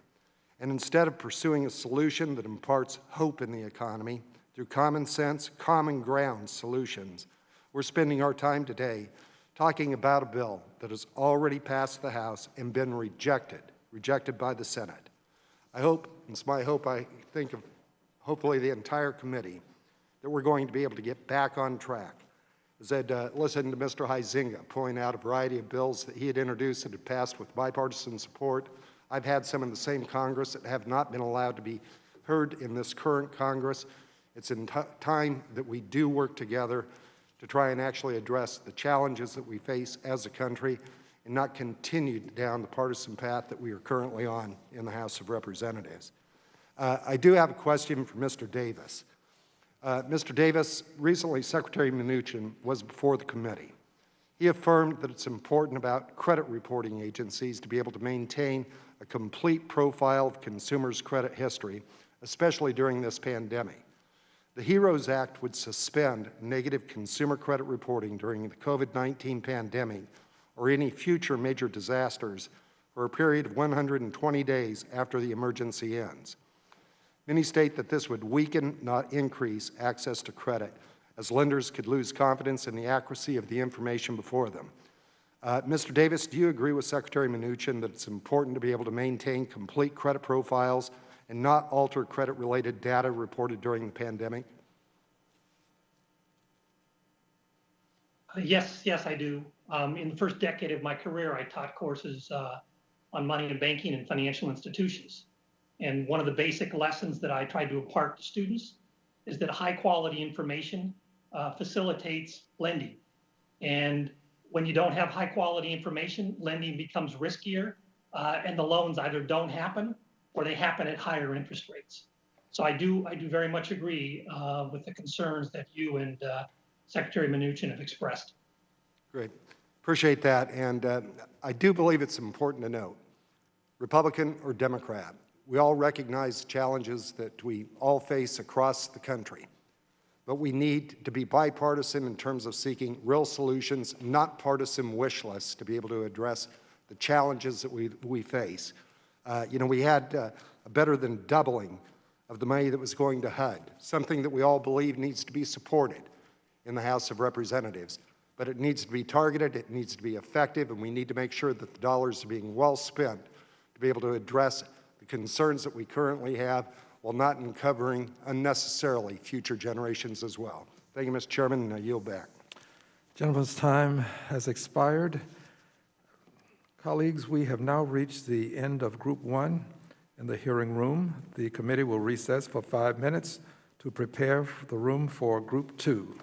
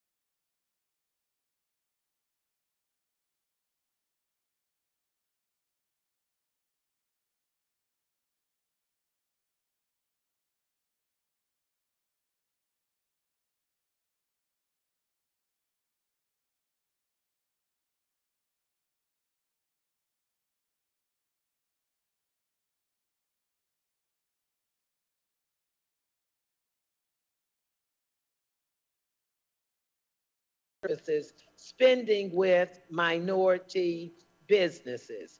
Can you elaborate on that anymore? Because the Federal Reserve included diversity and inclusion requirements in contracts. So setting it up is one thing, implementing it is another. Could you elaborate on that, please?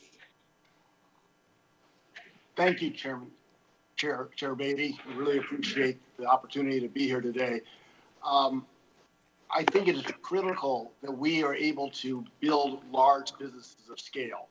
You know, in this country, we've seen historic discrimination and lack of opportunity for us to build our businesses. And as I talked about in my testimony, these large anchor institutions, our museums, our hospitals, our universities, and many of our major corporations only work with Black businesses when it comes to what they call supplier diversity, construction, catering, supply chain.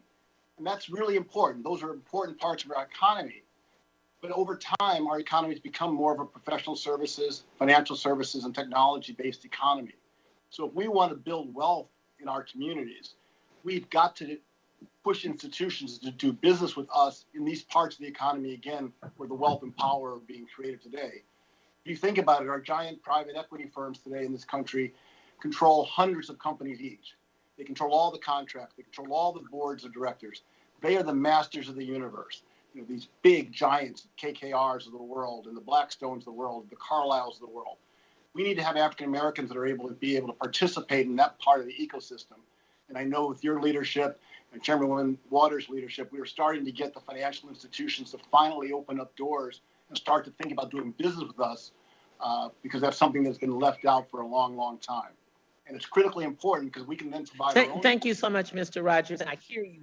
One of the things that we are going to do is make sure that we start talking about business diversity and how people are spending their monies, not just with those individuals that are getting those small contracts that they dub as minority contracts, just as we're doing with putting more minorities in the C-suites, more minorities on boards. I just read an article from Ray McGuire this morning, Vice Chair of Citigroup, talking about how we have to do more with African-American businesses, more in education and more towards the economy. So I want to thank you for your testimony and making it very clear to us that we need to do more and we will do more. So thank you for that. Mr. Donovan, let me thank you. We in my district have now had to have our housing in our convention center because so many people are faced with evictions and we want to make sure we educate them and provide services. How do you feel? Is it going to get even worse if we don't fund and vote on the CARES Act as we talk about homelessness and as we talk about evictions? And we certainly know the disparities and how African Americans are treated, how it's affected us differently and disproportionately we are affected by it. The gentlelady's time has expired. The gentleman from Kentucky, Mr. Barr, Thank you, is and I yield recognized back. for 5 minutes.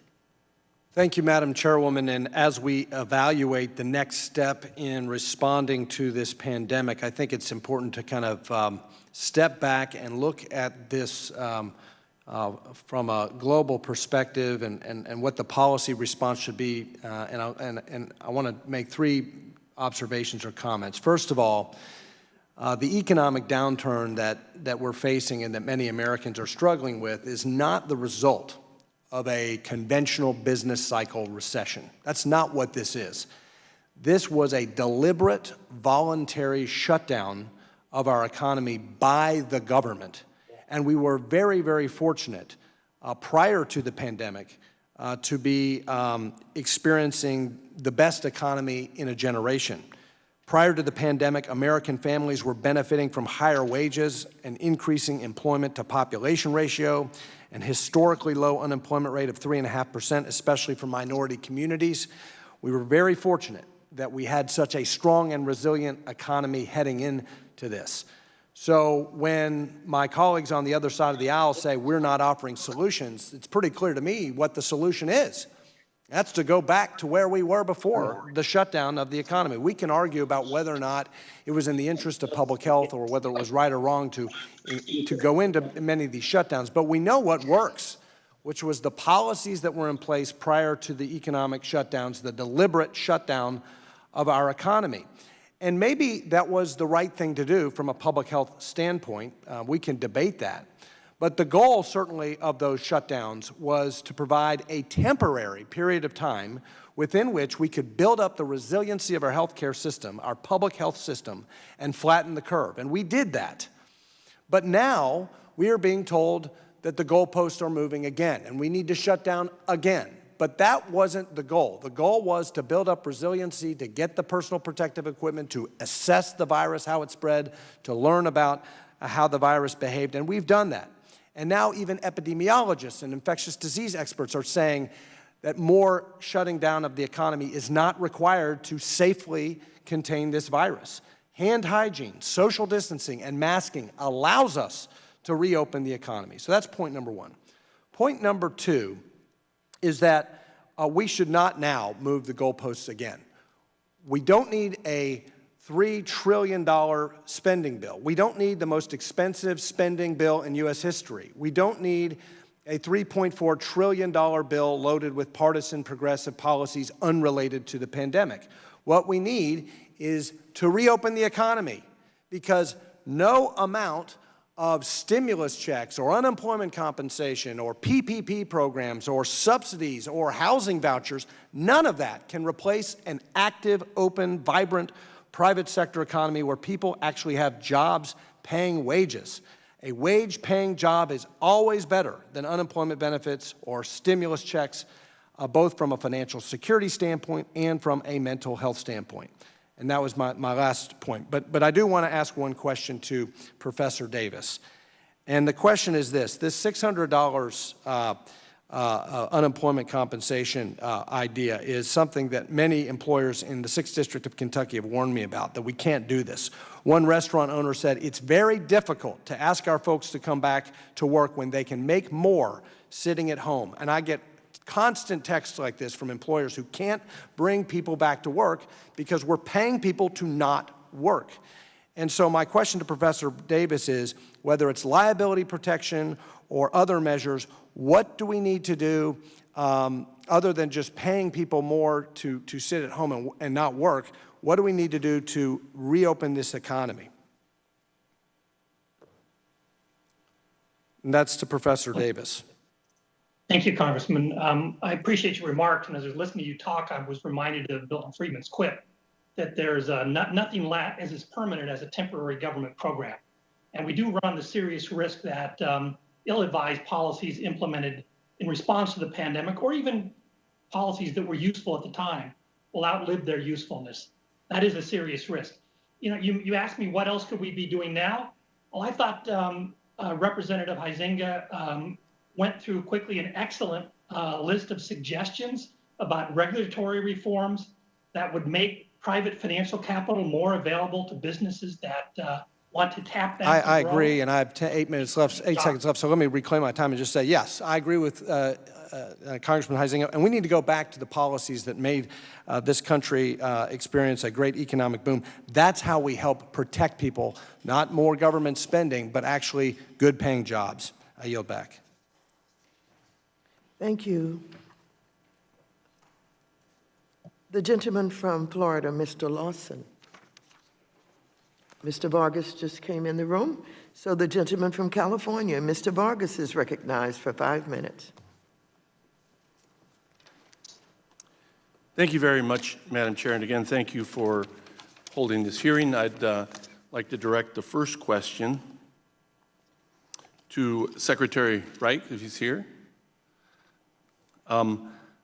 Obviously, people are afraid to go outside. I live in California, and are afraid to congregate, and rightfully so, because of the raging virus. And the interesting thing was that many of us expected that this virus would act in a seasonal way, because most viruses have that seasonality, but that doesn't seem to be the case.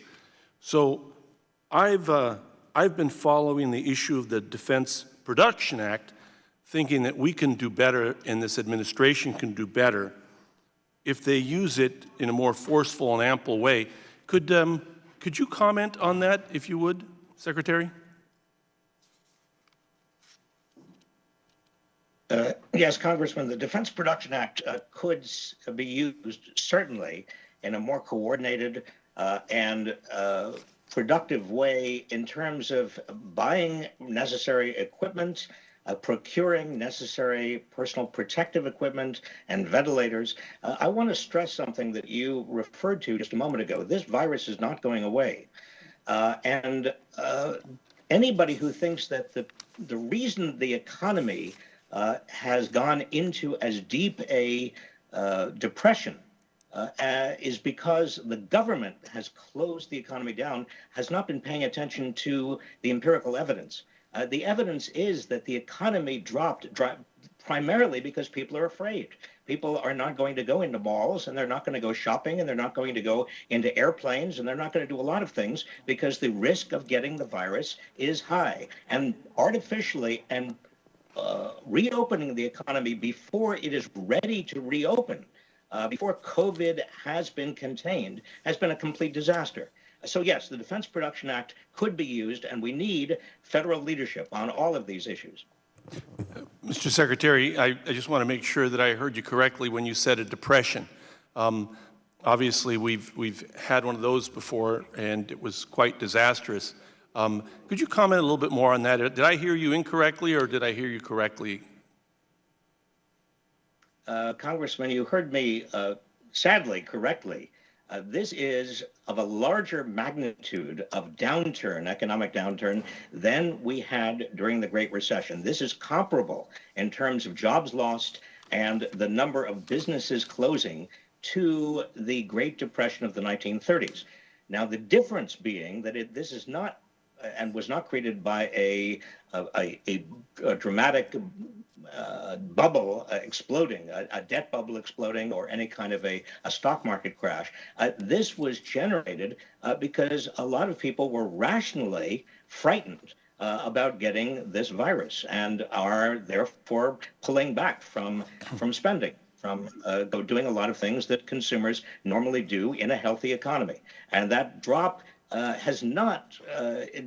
not diminish as long as COVID-19 is a major problem for this country. And embarrassingly, the United States has done a worse job than any other major rich country in the world, including most of Europe, even South Korea, in combating COVID-19.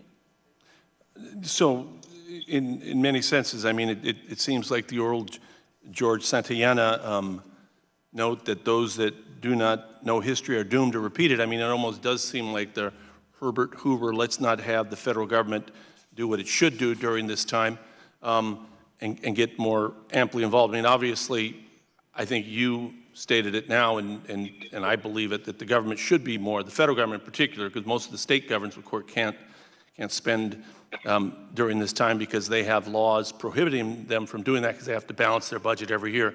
Is that correct? Yes, if there was ever a time for genuine federal leadership in terms of coordinating the response to this coronavirus, it is now. In fact, it's probably past. I mean, the lack of leadership over the last 4 months has been astounding. Well, thank you very much. My time has come to an end, but I do, again, think that it's time that the federal government start acting in a more rational way instead of, I mean, I studied to be a priest for a long time. I believe in prayer and I believe in miracles, but it's not going to happen this time. We also have to work at it. Thank you very much. The gentleman's time has expired. The gentleman from Arkansas, Mr. Hill, is recognized for 5 minutes.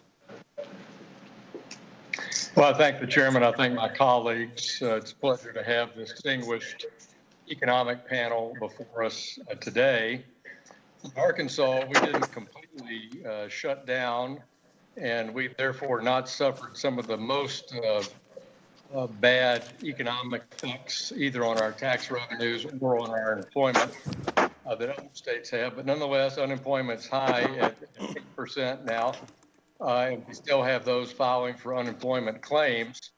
I'm so grateful for the leadership of our governor, who in the last 2 weeks has announced major plant expansions in our state and relocations with 1,400 new jobs just in the last 2 weeks, including Amazon coming to Little Rock, an expansion of Gerber's facilities, Lazy Boy pharmaceutical company coming to the state for the first time. So we've had some good economic announcements. And so we want to make sure that those companies can find talented, well-considered employees for those business expansions that we're experiencing. I want to thank again the governor for leadership there. I've got a concern, and I'm glad we have this panel to talk about how we restructure the unemployment compensation issue as we look at the next CARES Act. I saw both Glenn Hubbard, Tim Geithner's piece, where they don't think the extension of $600 per week as a flat amount is a good idea. They believe it dislocates labor markets across the United States. And we've had a lot of discussion on that today. I just want to talk about a specific instance in my home state of Arkansas. I got this text last night. It says, as you're aware, the unemployment benefit of $600 has forced the shutdown of 3 of our 5 sawmills, and we dropped a shift at the other 2. Plans to resume production on August 3rd at all plants will not be possible if that $600 flat rate is extended per week. And that's because we offer much of our labor $20 per week plus benefits for the work they do in those mills in rural Arkansas. And that $20 an hour plus benefits just is not sufficient to compete with that $600 flat rate. And I would advise my friends that you can buy a beautiful 3-bedroom house in South Arkansas that's suitable for raising a family for in $100 a square foot range. There are cost of living there is low, and labor rates tend to be very different around the country, both based on the cost of labor, the cost of conditions in an area. And so Secretary Reich, as a labor economist, what does the economic literature say about extending the $600 pandemic rate on the unemployment rate itself? What does the economic literature say, Secretary Reich? Congressman, we have not had an economy that has been as bad as this economy since the Great Depression of the 1930s. So we don't have good studies right now of the effect of a $600 a week extra unemployment benefit on the labor market. But I can tell you on the basis of what we do know, that is the Great Recession and the little bit of empirical literature that exists from the 1930s, we know this. And let me make this as clear as possible. When people do not face very high unemployment and a great deal of fear, consumers are not going into malls, the consumers are not spending. The economy is very, very fragile. One of the ways of getting the economy back is to provide people who are unemployed with enough money that they can actually turn around and spend.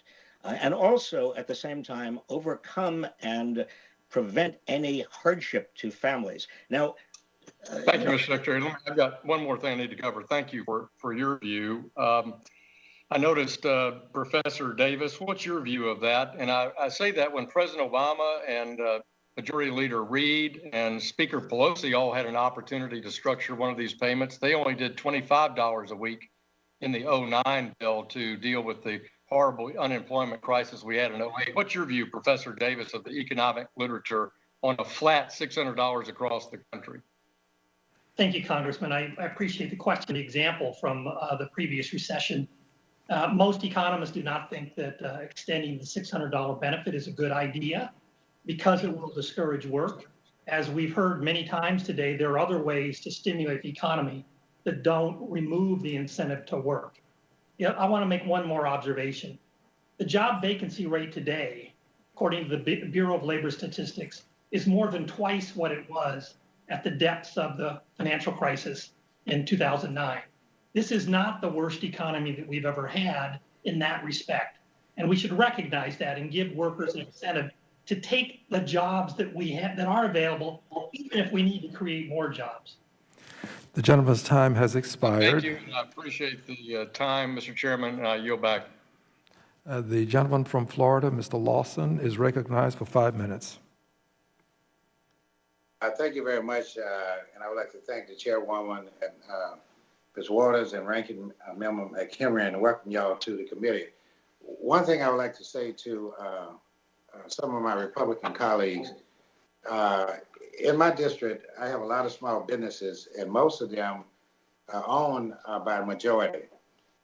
In my conversation with a lot of them, they are saying that that the biggest problem that they have is with the PPP, and I can have the panel to respond to. When they got this money back in March, now it's just about running out of money, and they want to know about the prohibition rules, how they should be changed to get more PPP, so we can hire a lot of people, to keep the people hired who are working in their business. So my question is, did we do it wrong by putting a limitation on when the PPP will run out because we didn't know what the extent of this pandemic was going to be? Secretary? I'm sorry, Congressman. There were two secretaries here, and I wasn't sure which secretary you were referring to. But let me try to respond to that. I think the PPP program has been proven to be quite effective. The problem is that number one, the banks tended to favor their own customers over the public generally. Number two, businesses owned by women and people of color got almost none of the PPP funding. And number three, there was some considerable funding of businesses who did not actually need it in order to maintain their employment. Okay, that's great. The other thing I would say before my time actually ran out, there's been a lot of discussion about unemployment, the $600.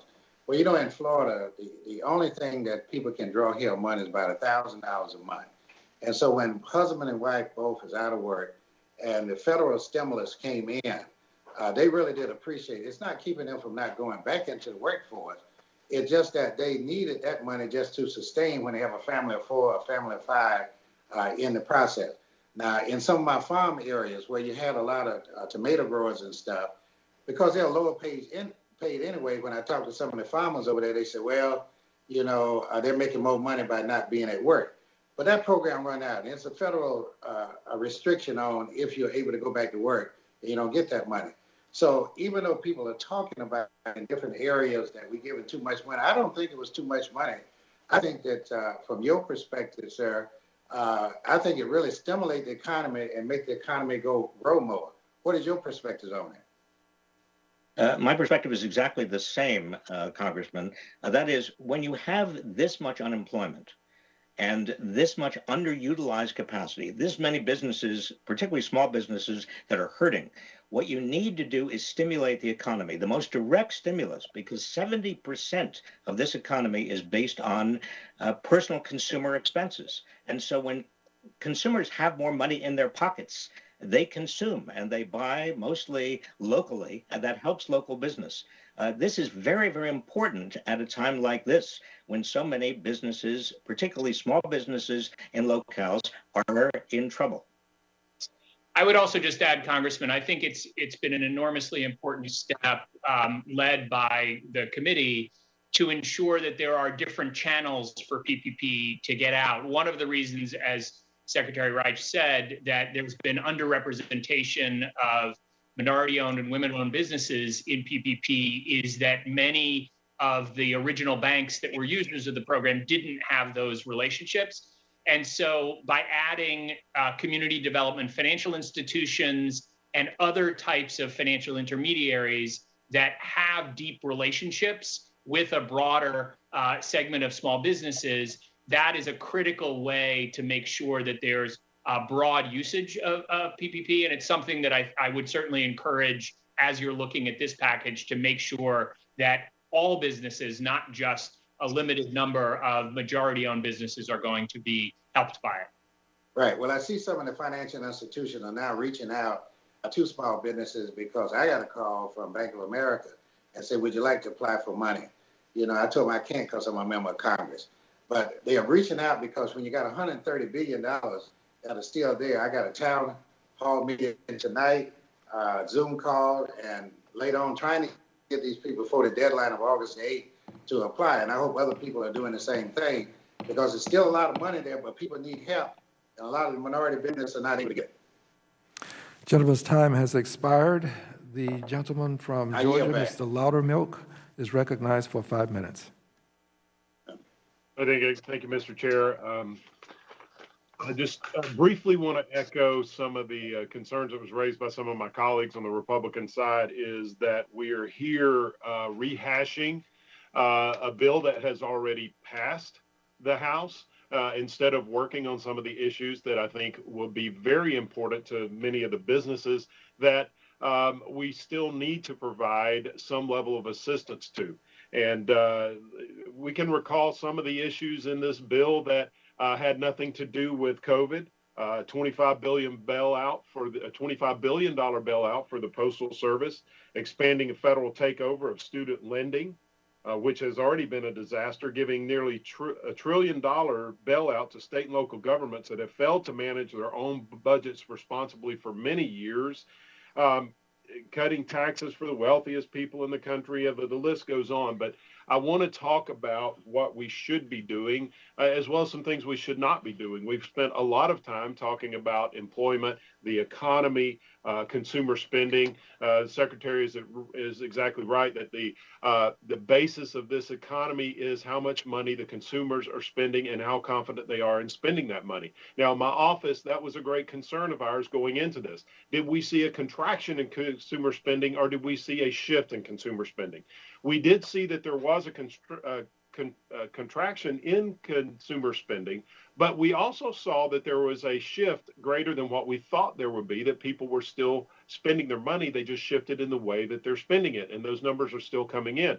Where we got that information was from going to the credit card and debit card processors and asking all along through the crisis, what is happening in our economy? And most of them were somewhat surprised in that there was a shift in consumer spending.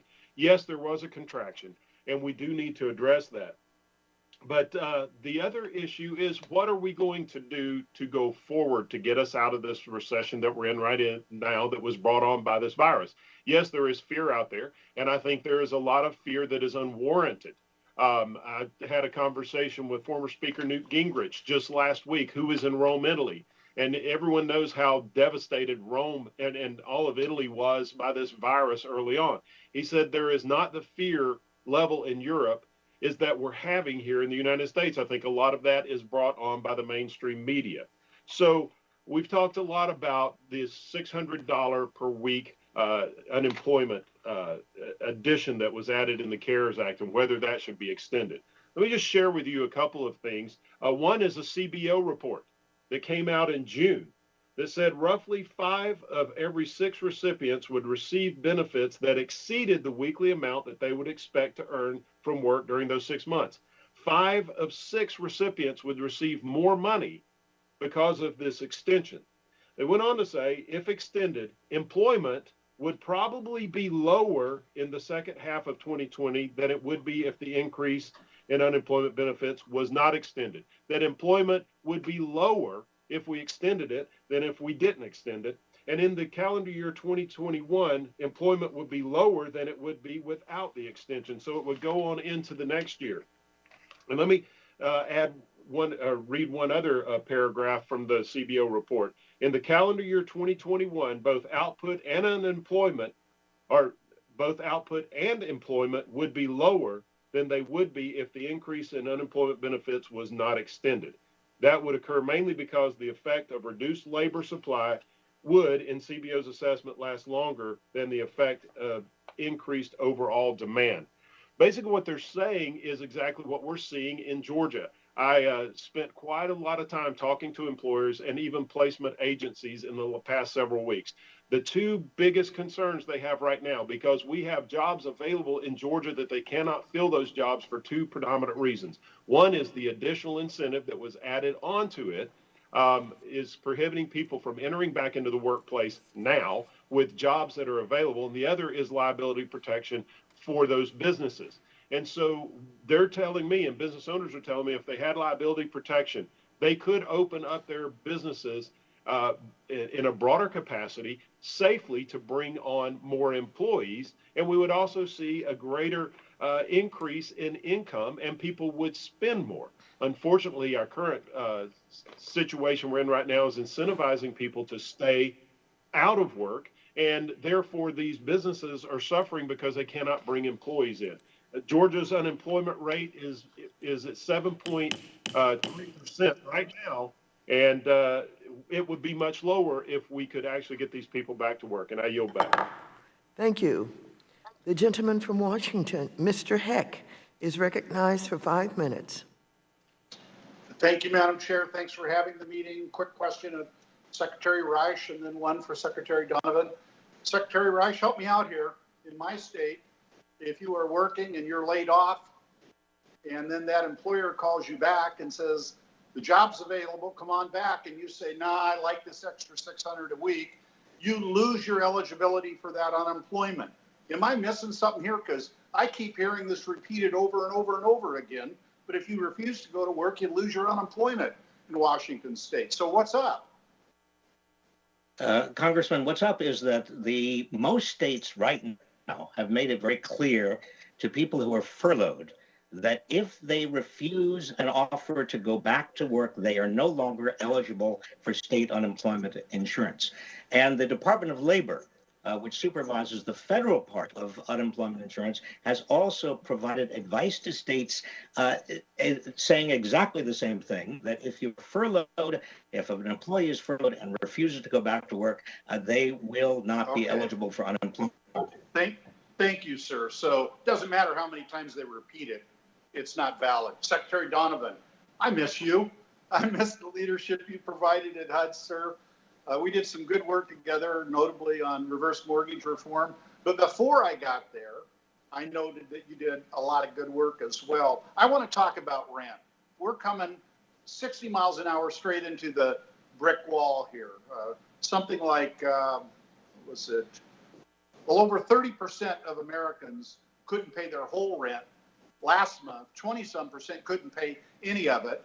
They're coming up against the wall of their eviction protection, 12 million of them by my last count, and Armageddon is just around the corner for these renters. Now, we could see this coming. Chair Waters and I introduced months ago a $100 billion rent relief program to help them out because, as people have heard me say way too often, pillow, blanket, roof, you don't have a pillow to lay your head on, a blanket to keep you warm, and a roof over your head, nothing else in your life is going to be dealt with. So we've been pleased. More than 160 members signed on to this bill. More than 800 national organizations have signed on to our rent relief bill. It was included in the HEROES Act.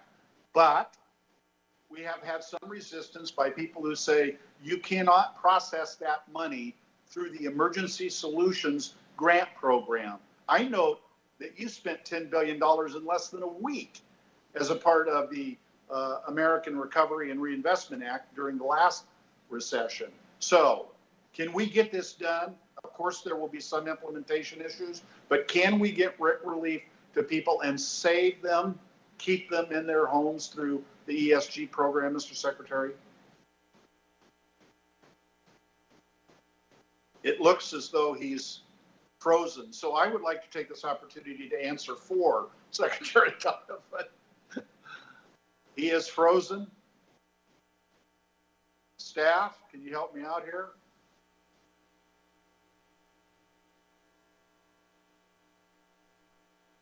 Secretary Rice, you're a labor attorney. You want to take a stab at this? Who's that question being directed to? Mr. Donovan, is he still here? Secretary Don, oh, is he back? Sean, are you back? And did you have a question? I'm sorry about that. I lost you just as you were getting to the question, the final part of the question. I apologize. The question is, Mr. Secretary, is the ESG program, Emergency Solutions Grant Program, a viable mechanism for keeping people and renters, keeping them in their homes? Congressman, first of all, wonderful to see you again, and I miss our work together as well. Congratulations on your leadership on the bill. First of all, I would say absolutely. ESG was created in the Great Recession in the Recovery Act. It's something we designed specifically for a situation like this, where there is a huge risk of inability to pay rent, of evictions and homelessness. And it was one of the most effective programs in the Recovery Act. And by the way, it was a far larger allocation than we see annually. So HUD has proven its ability to get out large amounts of money, billions of dollars, not the hundreds of millions that we see right now in the annual allocations. Second of all, I would say one of the things that you wisely added to the bill was to allow local control over multiple different agencies being able to use it. And that will be able to increase capacity as well. Third, I would say one of the important things that you did in the bill as well was to add other resources, Section 8 vouchers, and other resources that are critical to helping families as well. And really, it is the partnership between ESG and vouchers or assistance that works, whether it's to pay a security deposit or one month's utility bill along with the rent that can be so critical about the flexibility Thank you, of Mr. ESG. Donovan. The gentleman's time Thank has you, Mr. expired. Secretary. The gentleman from West Virginia, Mr. Mooney, is recognized for 5 minutes. Thank you, Madam Chairwoman. I'm not sure if they can see me on this screen. Okay. So I found the testimony from Stephen Davis quite eye-opening. I've had a number of meetings with businesses in my congressional district, the 2nd District of West Virginia, and throughout the state. And my office has worked on a lot of constituent cases. And every one of those meetings, not just one or two, but every one of the meetings we've had, the concern has been expressed that they're having a hard time getting folks to come back to work. It was said, Dr. Davis said in his statements, that 5 out of 6 people in this country can make more money not working with the $600 plus up per week federal supplement on unemployment than they can make working. And in some areas, it's even more than that, probably 9 out of 10 or so. Yeah, and you mentioned it was common sense that people who can make more not working will take that path because they would like to make more money. And I think that's true, and mentioned jobs are available.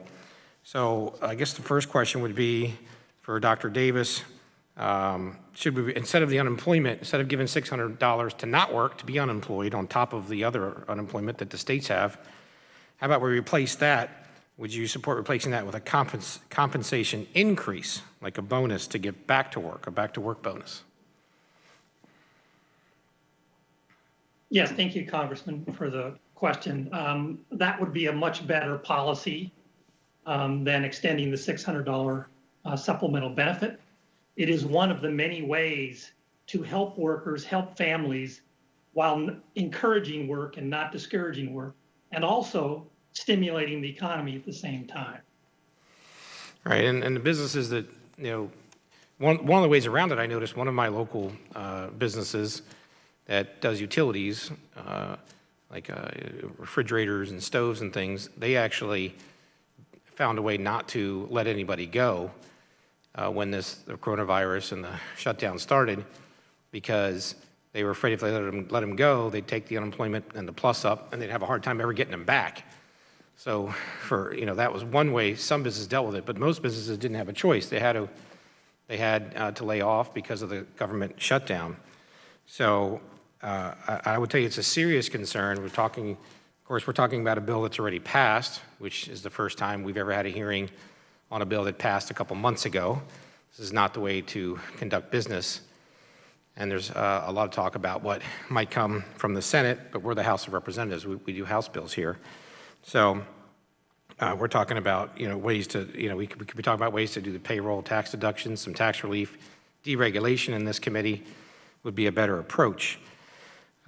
So I was encouraged to hear you say, Dr. Davis, that new businesses have been forming, and I've noticed just historically when there seems to be economic challenges, entrepreneurial men and women of every race and ethnicity start their own business. Because if you unleash the free market and get the regulations out of the way, folks find ways to take care of themselves. Do you want to talk can you talk a little bit more about the new businesses that are forming and how that's been going, Dr. Davis? Yes, two things there. Let's relate the new businesses to the unemployment insurance supplement.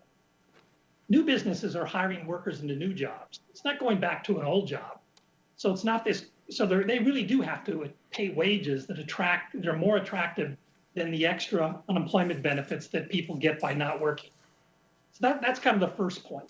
The second point, it is quite hopeful. So this is a new Census Bureau statistical product that's only come out this year.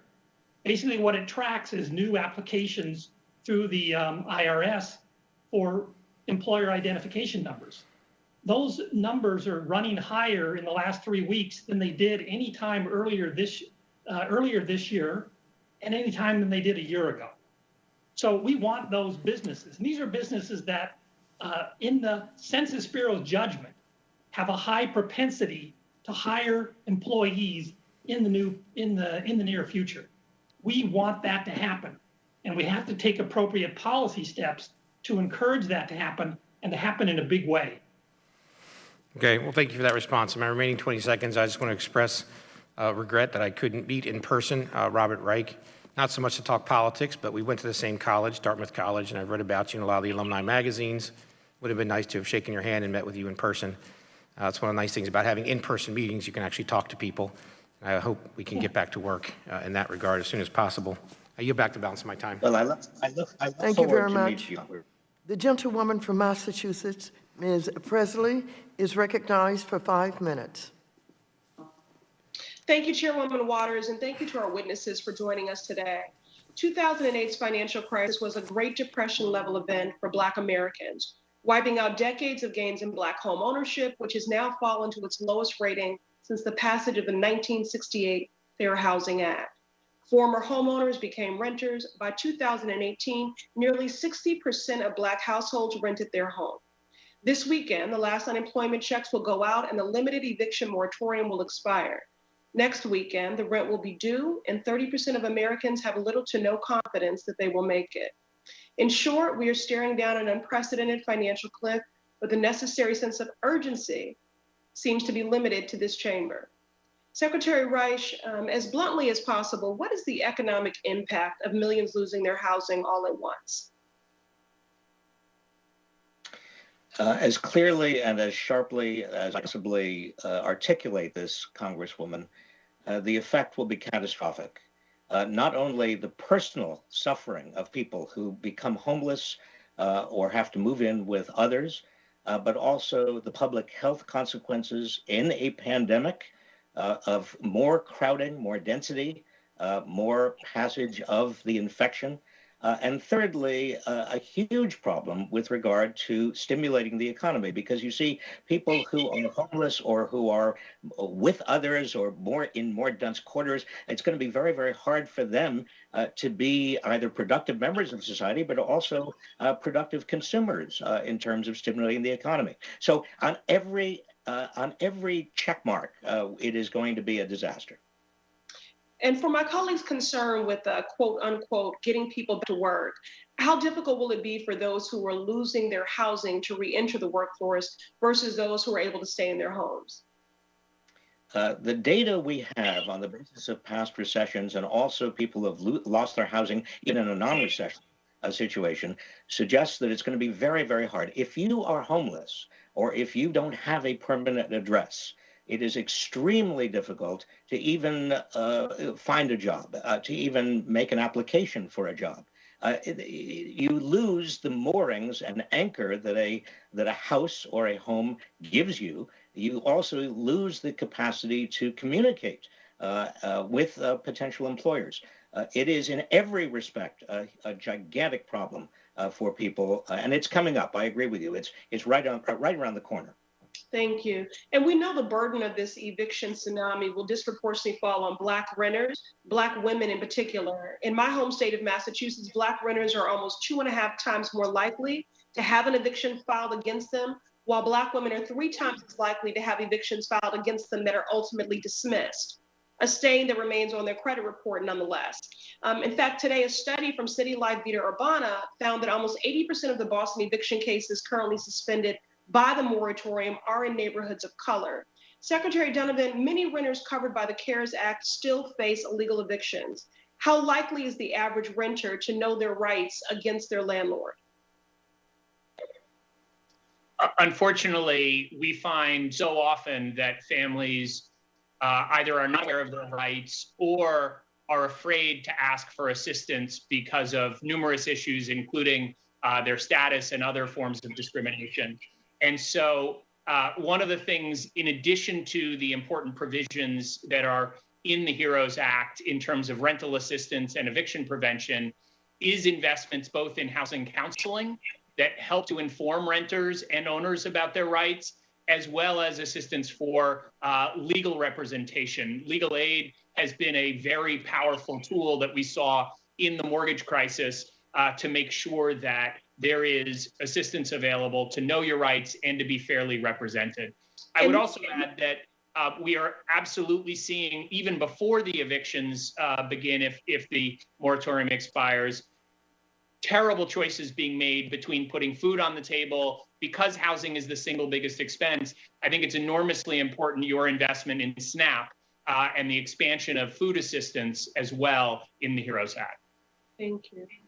And New York was the first city to launch Right to Counsel. So in addition to a nationwide moratorium on evictions, do you agree it's critical that we ensure legal representation for those facing evictions? Yes or no? As a proud New Yorker, I would absolutely agree. All right, very good. Well, I'm pleased that the HEROES Act did include my bill and Representative Tlaib's bill, the Public Health Emergency Shelter Act, which provides over $11 billion in critical funding to local and state efforts to protect those facing homelessness during this pandemic. However, without intervention, the number of people experiencing homelessness will skyrocket. So continue to work on that in partnership with Representative DeLauro and others. Thank you, and I yield. Thank you very much. The gentleman from Ohio, Mr. Davidson, is recognized for 5 minutes. Thank you, Madam Chairwoman, and thanks to those who've participated in this hearing and the body of work that's prepared us to have this discussion. I'm glad we can be physically present for some of us, and I look forward to doing that more directly soon. We can do it safely, and I think we should do it more frequently. As to the topic at hand, we're debating and discussing HEROES Act, a bill that frankly is already passed and has no prospect of becoming law. But I think it's important to highlight one of the provisions of it. State and local governments have experienced the consequences of some of their decisions, which have been taken somewhat inconsistently around the country to effectively close our economy. We definitely had a public health crisis. The reaction to it with respect to what's been closed and how it's been closed, what's been deemed essential or non-essential, has varied. But the results are clear. We can't possibly print enough money at the federal government, and that's accurate. It's printed. No one's really lending us the money. We're not truly borrowing it in that sense. It's really printed. It's diluting the value of all the other dollars. So we should do that with caution. But as we've done it, we have such a good story to tell. We've spent more money than could possibly be spent by state and local governments right now the way we intended it to be spent, which is COVID direct expenses. Thankfully, this pandemic hasn't been as bad as we feared. Don't get me wrong, it's been horrible. Many thousands of people have died. And the great news is that it's a far lower number than we feared. We feared millions of people have died. We didn't close our economy because some people would get, the virus itself. We feared that the death toll and the illness would overwhelm our ability to respond in our healthcare facilities. And the good news story is around the country we responded to that. It's taken far less dollars than we expected. So when I talk to people in Ohio, whether these are local governments at township levels or city levels, they said the biggest thing they need is flexibility to make up for the lost revenue. When I talked to state legislators And when I talked to our treasurer, our auditor, our governor, they all agreed we need flexibility to spend the $4.6 billion that Ohio already has. So that's why I drafted the Flexibility for States and Localities Act, which broadly gives them that flexibility. So as schools talk about going back and they're already facing budget cuts and shortfalls, they would have the ability to use those COVID-19 dollars in a more flexible way. We've received letters of support from the Ohio Municipal League and the Ohio Township Association, so urban and rural. And I'd ask unanimous consent to submit those to for the record.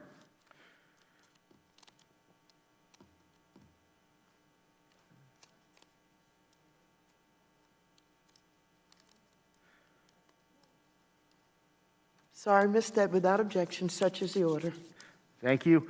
And it's important to build that consensus because before we spend more dollars, we should be able to make use of the dollars that we already have. Now, the HEROES Act proposes to spend $1 trillion more dollars that we don't really have and print it, which gets to my second concern, which is that we're not really borrowing the money. We already had a real fiscal problem in deficit spending. We spend every year far more than we have. We're not living within our means in a normal year. Well, this isn't the year to probably go, oh, we have to balance the budget perfectly. We have to respond. This is a war just like other wars. You have to win, first and foremost. And so the Congress has spent a lot of money, but we shouldn't pretend that we can do that without consequence. Historically, this is the last time the planet had this much debt was after World War II, and we had to restructure the entire global financial system in terms of the monetary system.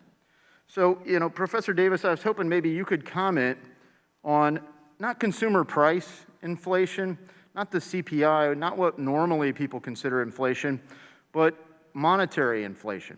Because there's been a real concern about that. That was part of the discussion at the Fed about the Taylor rule. Is there, I guess, a certain grain of truth to modern monetary theory? We can print it in an unlimited way, or at some point are there consequences? Thank you, Congressman. 3 quick points. First, I love your mask. I want to get one. Second, you referenced the situation after World War II. We had very high debt levels as then. It's true. We eventually brought them down. But we did that partly by decades of financial repression, whereby we kept interest rates to normal everyday households that they got on their savings and investments at very low levels to help service government debt at a level we can afford. That is a cost, okay? Second, we also have to recognize that if we continue to rack up... Professor, I'm very sorry to have left you with so little time to answer the question, and I look forward to maybe having an offline discussion with you. Unfortunately, I couldn't get to all of you. My time is well expired. The gentleman's time has expired. The gentlewoman from Michigan, Ms. Tlaib, is recognized for 5 minutes. Thank you so much, Chairwoman. And again, thank you so much for accommodating for us during this pandemic and making sure that we're safe in the workplace. I want to center us around according to the Economic Security Project in April, in May, they said that 160 million people received a one-time $1,200 payment, the average cost of 1 month of rent.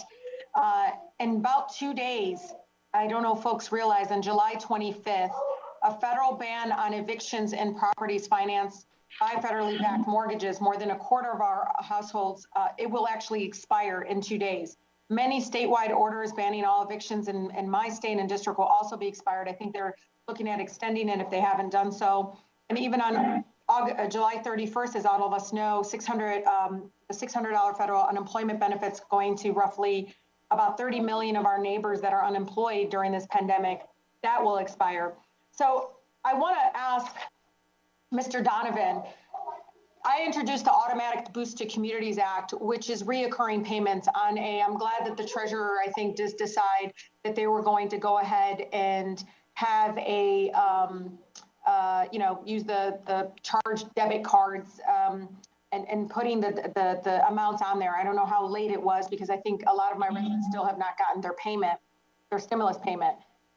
But why aren't we talking enough about reoccurring payments? Because direct payment to people seems to me, one, it provides human dignity, But when a third of our neighbors, when so many folks are unemployed and can't pay their rent, when so many are applying for forbearance, asking for extensions on their student loans, when economists tell you to really stimulate the local economy, you have to do direct payments. What are we doing to address that? I mean, why do you think that they haven't discussed that enough? Congresswoman, thank you for the question.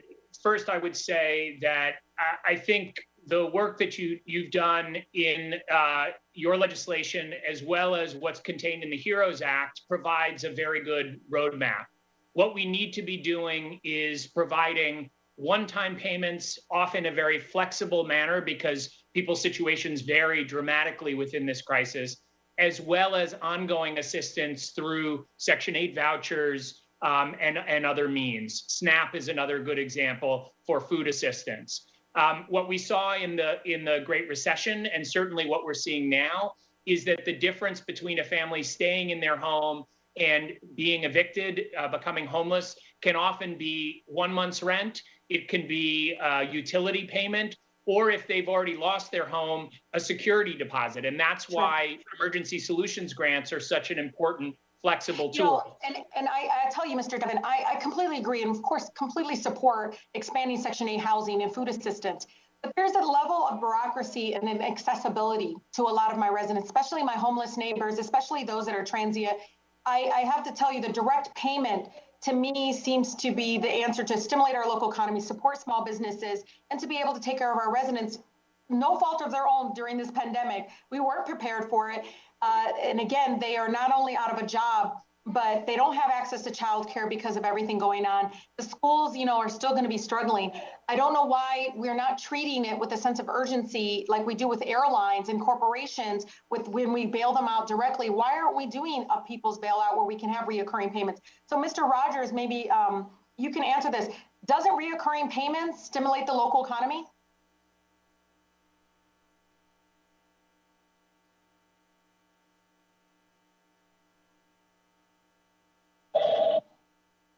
Is Mr. Donovan, maybe you can answer?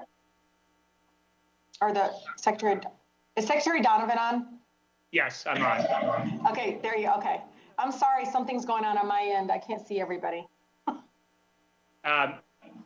Absolutely, and I want to be clear, Congresswoman, I was not suggesting that we should do that at the exclusion of ongoing payments. That's why I think the continuation of unemployment insurance and other ways of getting cash directly to families, in addition to targeted assistance like housing and food aid. So my last question to you, Secretary Donovan. Last night, Politico reported the administration plans to publish a final rule today known as AFFH without the ability of public input, which is just absurd. That would make it easier for housing segregation to persist. And that's exactly what this is. So President Trump recently claimed that Democrats want to abolish suburbs simply because we want to enforce civil rights protections, which is absolutely false. The Fair Housing Act helped a lot of our Black neighbors be able to increase home ownership and access to housing. Using this rhetoric that is really reminiscent of fear-mongering tactics. Is that my chairwoman gabbling me? It is. It's okay. Thank you. See you, Chairwoman. I will submit the question to the gentle lady's time has expired. The gentleman from North Carolina, Mr. Budd, is recognized for 5 minutes. Thank you, Madam Chair. Professor Davis, I want to touch on some of the debt collection provisions that are included in the HEROES Act. As we prepare for this recovery, I'm concerned about the negative impact that a blanket moratorium on all debt collection activities will have on small businesses and on the economy as a whole. Can you talk about what the negative impacts on small business and the economy will be if businesses and lenders cannot know whether they're going to be able to eventually be paid back and do not have the ability to work with customers on payment plans? And maybe as you respond, you could talk about how an asset on or a debt on somebody's books or somebody's account is a liability on others. A liability on one side is an asset on the others. That's some basic accounting that seems to be forgotten in the HEROES Act. Professor Davis. Thank you, Congressman, for those questions and that point. Look, it is the case that there's a temptation to just look at one side of the balance sheet or the balance sheet for one party. And as you quite clearly pointed out, one person's debt is another person's asset.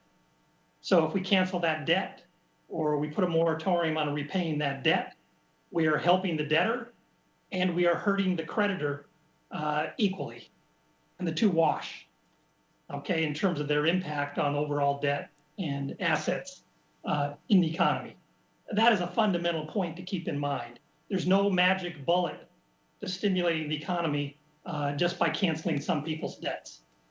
The other issue you raised is, and that doesn't mean we shouldn't have some relief for affected parties, but a broad, untargeted relief is not the way to address the problems that are faced by some, but by no means all families in the United States today.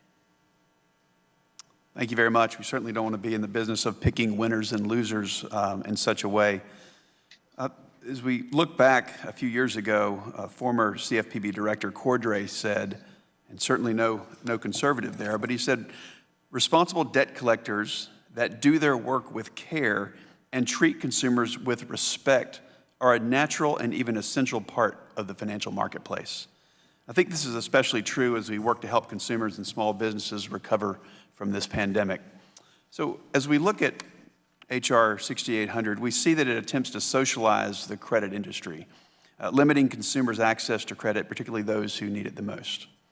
This partisan bill would prohibit credit rating agencies from providing negative information on the creditworthiness of Americans in desperate need to refinance their home, access a consumer loan, or secure a credit line for a struggling or small business. Prohibiting negative scores from being reported results in incomplete, inaccurate, and untrustworthy credit files. So, Professor Davis, continuing on, can you please talk about the consequences of what we call thinning down the consumer's credit files and how that specifically impacts access to credit for perhaps those who need it the most?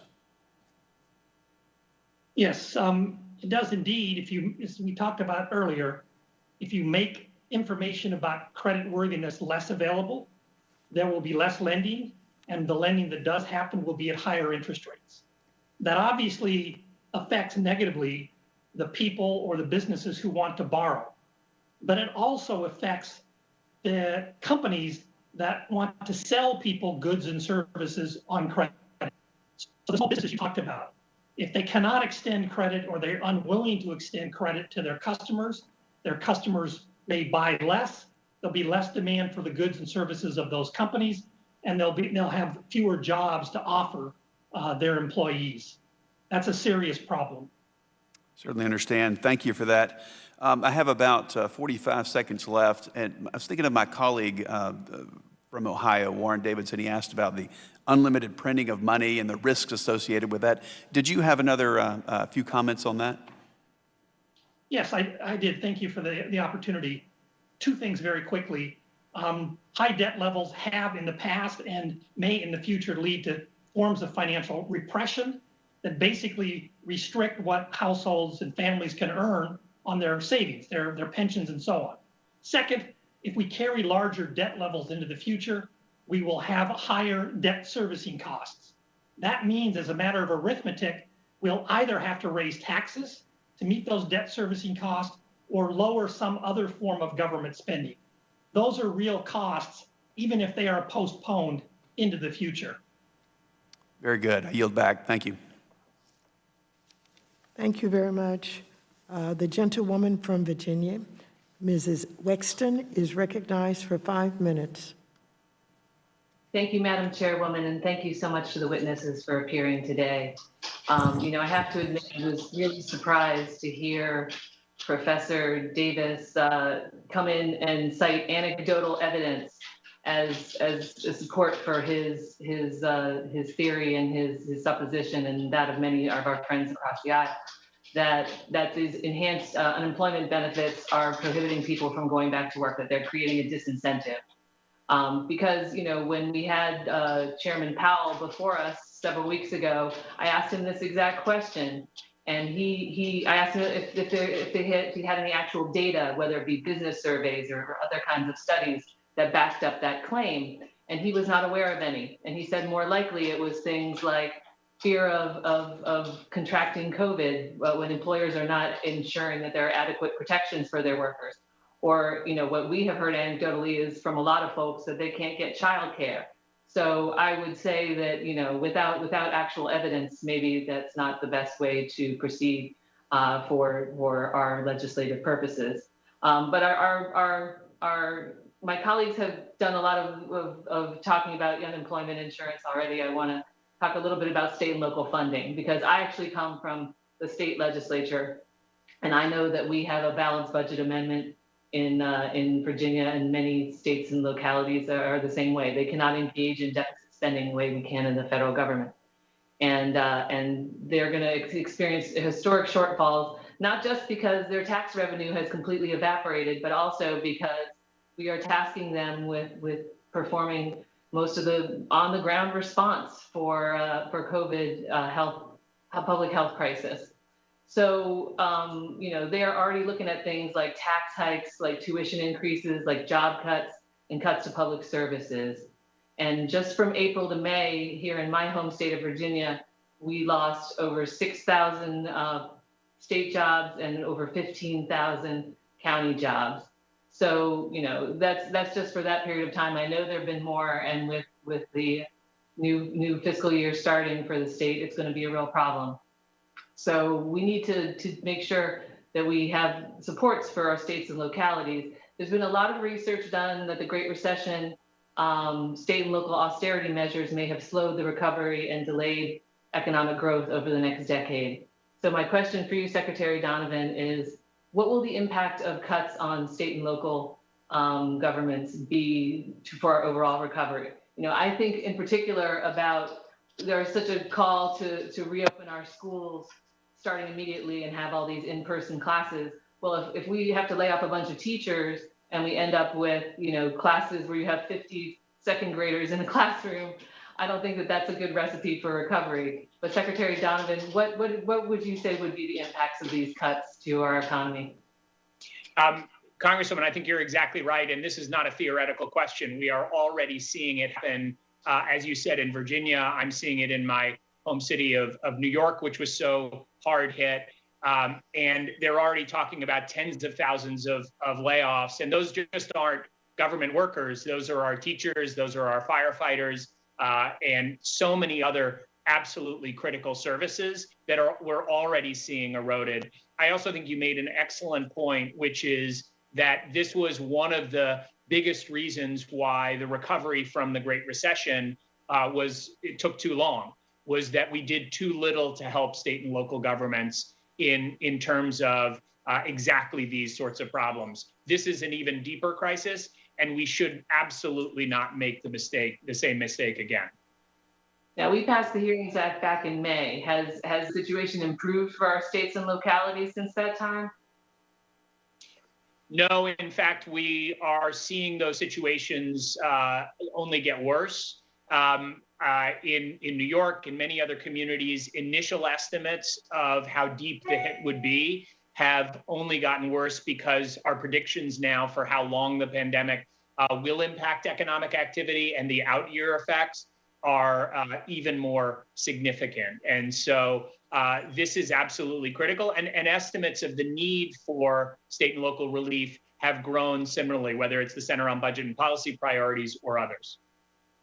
Thank you so much, Secretary Donovan. And I couldn't agree with you more. And this is something that impacts every single state in the country. And I hope that we do the right thing and get some relief out to them as soon as possible. Thank you very much. I see my time is expired, and I'm going to yield back at this time. Thank you. The gentleman from Tennessee, Mr. Kustoff, is recognized for 5 minutes.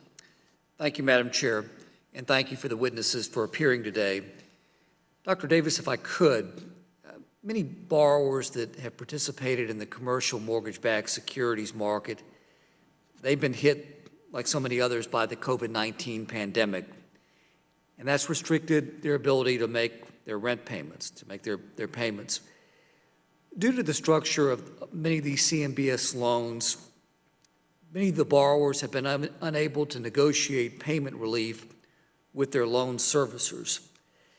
I noted in June that the delinquency rate in the CMBS market was a little over 10%, and that compares to 2% in February. And I think we all know that hotel and retail sectors have suffered the worst. Can you, Dr. Davis, can you give your thoughts on this market and what, if anything, do you think should be done in terms of possible federal relief? Thank you for that question, Congressman. It is a serious issue.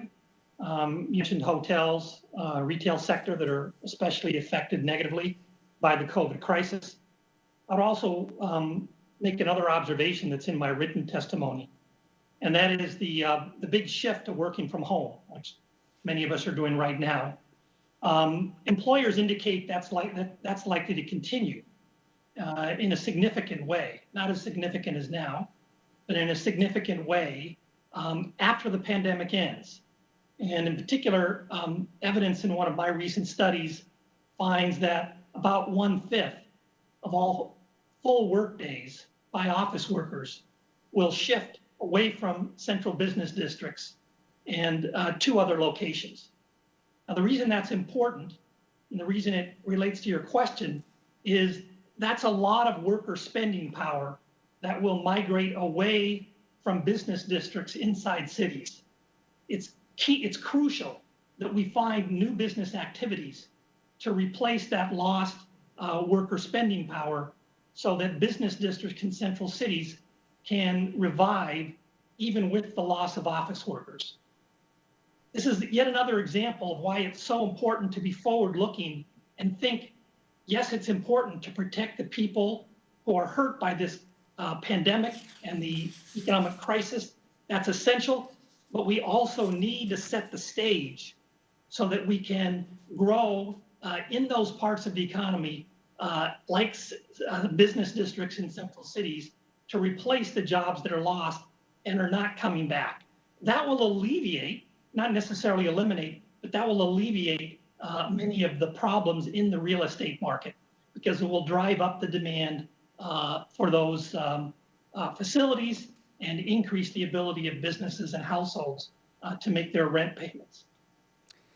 Thank you very much. And if I could shift for a moment, I think we all have seen how the COVID-19 pandemic has led to the shutting down of global supply chains and certainly our reliance on China. Can you paint a picture over the next 12 to 24 to 36 months of what global supply chains could in fact look like as we come out of COVID-19? Do they begin to shift, and how does that ultimately impact the U.S. economy? And that's a very interesting issue. Supply chains were already beginning to shift in some considerable extent before the COVID pandemic hit, in large part because of the trade tensions between the United States and other countries, particularly China. So there was already a process of shortening supply chains and trying to make supply chains more resilient and more redundant. The COVID-19 pandemic has accelerated that process. Now, that has both good and bad consequences. It does mean certain kinds of jobs will come back to the United States. It does mean that our supply chains may be more resilient in the face of major shocks, but it also means higher costs. If you bring the supply of goods and services, if you source them originally from a low-cost production area and you bring them to a higher-cost production area, those higher costs get passed on into the cost of the goods and services downstream in the production process, eventually hitting households. So it's kind of a mixed story, and we should keep our eye on it, but there are both good and bad consequences from that shortening of supply chains and efforts to make supply chains more resilient. Thank you, Dr. Davis, and I yield back. Thank you. The gentlewoman from North Carolina, Ms. Adams, is recognized for 5 minutes.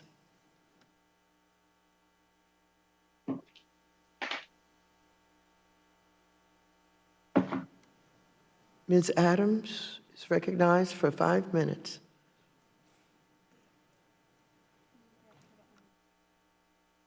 Ms. Adams, will you unmute, please?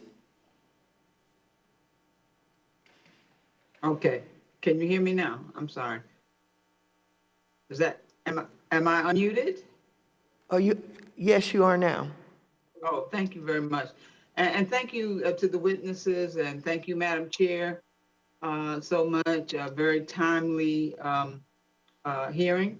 Mr. Rogers, the HEROES Act provided a $1 billion emergency appropriation to the CDFI fund, and it established a further set aside of either 25% of remaining PPP funds or $10 billion for community financial institutions, and including CDFIs and MDIs to help bolster this effort in the HEROES Act. I've introduced a bill, HR 7121, that would provide $5 billion directly to CDFI funds and set aside $2 billion for minority lending institutions. So could you please highlight the significance of greater CDFI and MDI participation in the PPP and how they could provide additional support to our small businesses, many of whom have already depleted their PPP, and especially minority-owned businesses who may have experienced challenges in applying for the loans in the first place? Well, I think it's critically important that we follow your leadership on this and get the badly needed funds to our smaller entrepreneurs. As you know, our small entrepreneurs in this country, Black entrepreneurs, are the backbone of this country. It makes all the difference. We employ each other, we support our own churches, we support our own communities. We're role models in the local community. So it's so important to get these businesses thriving again.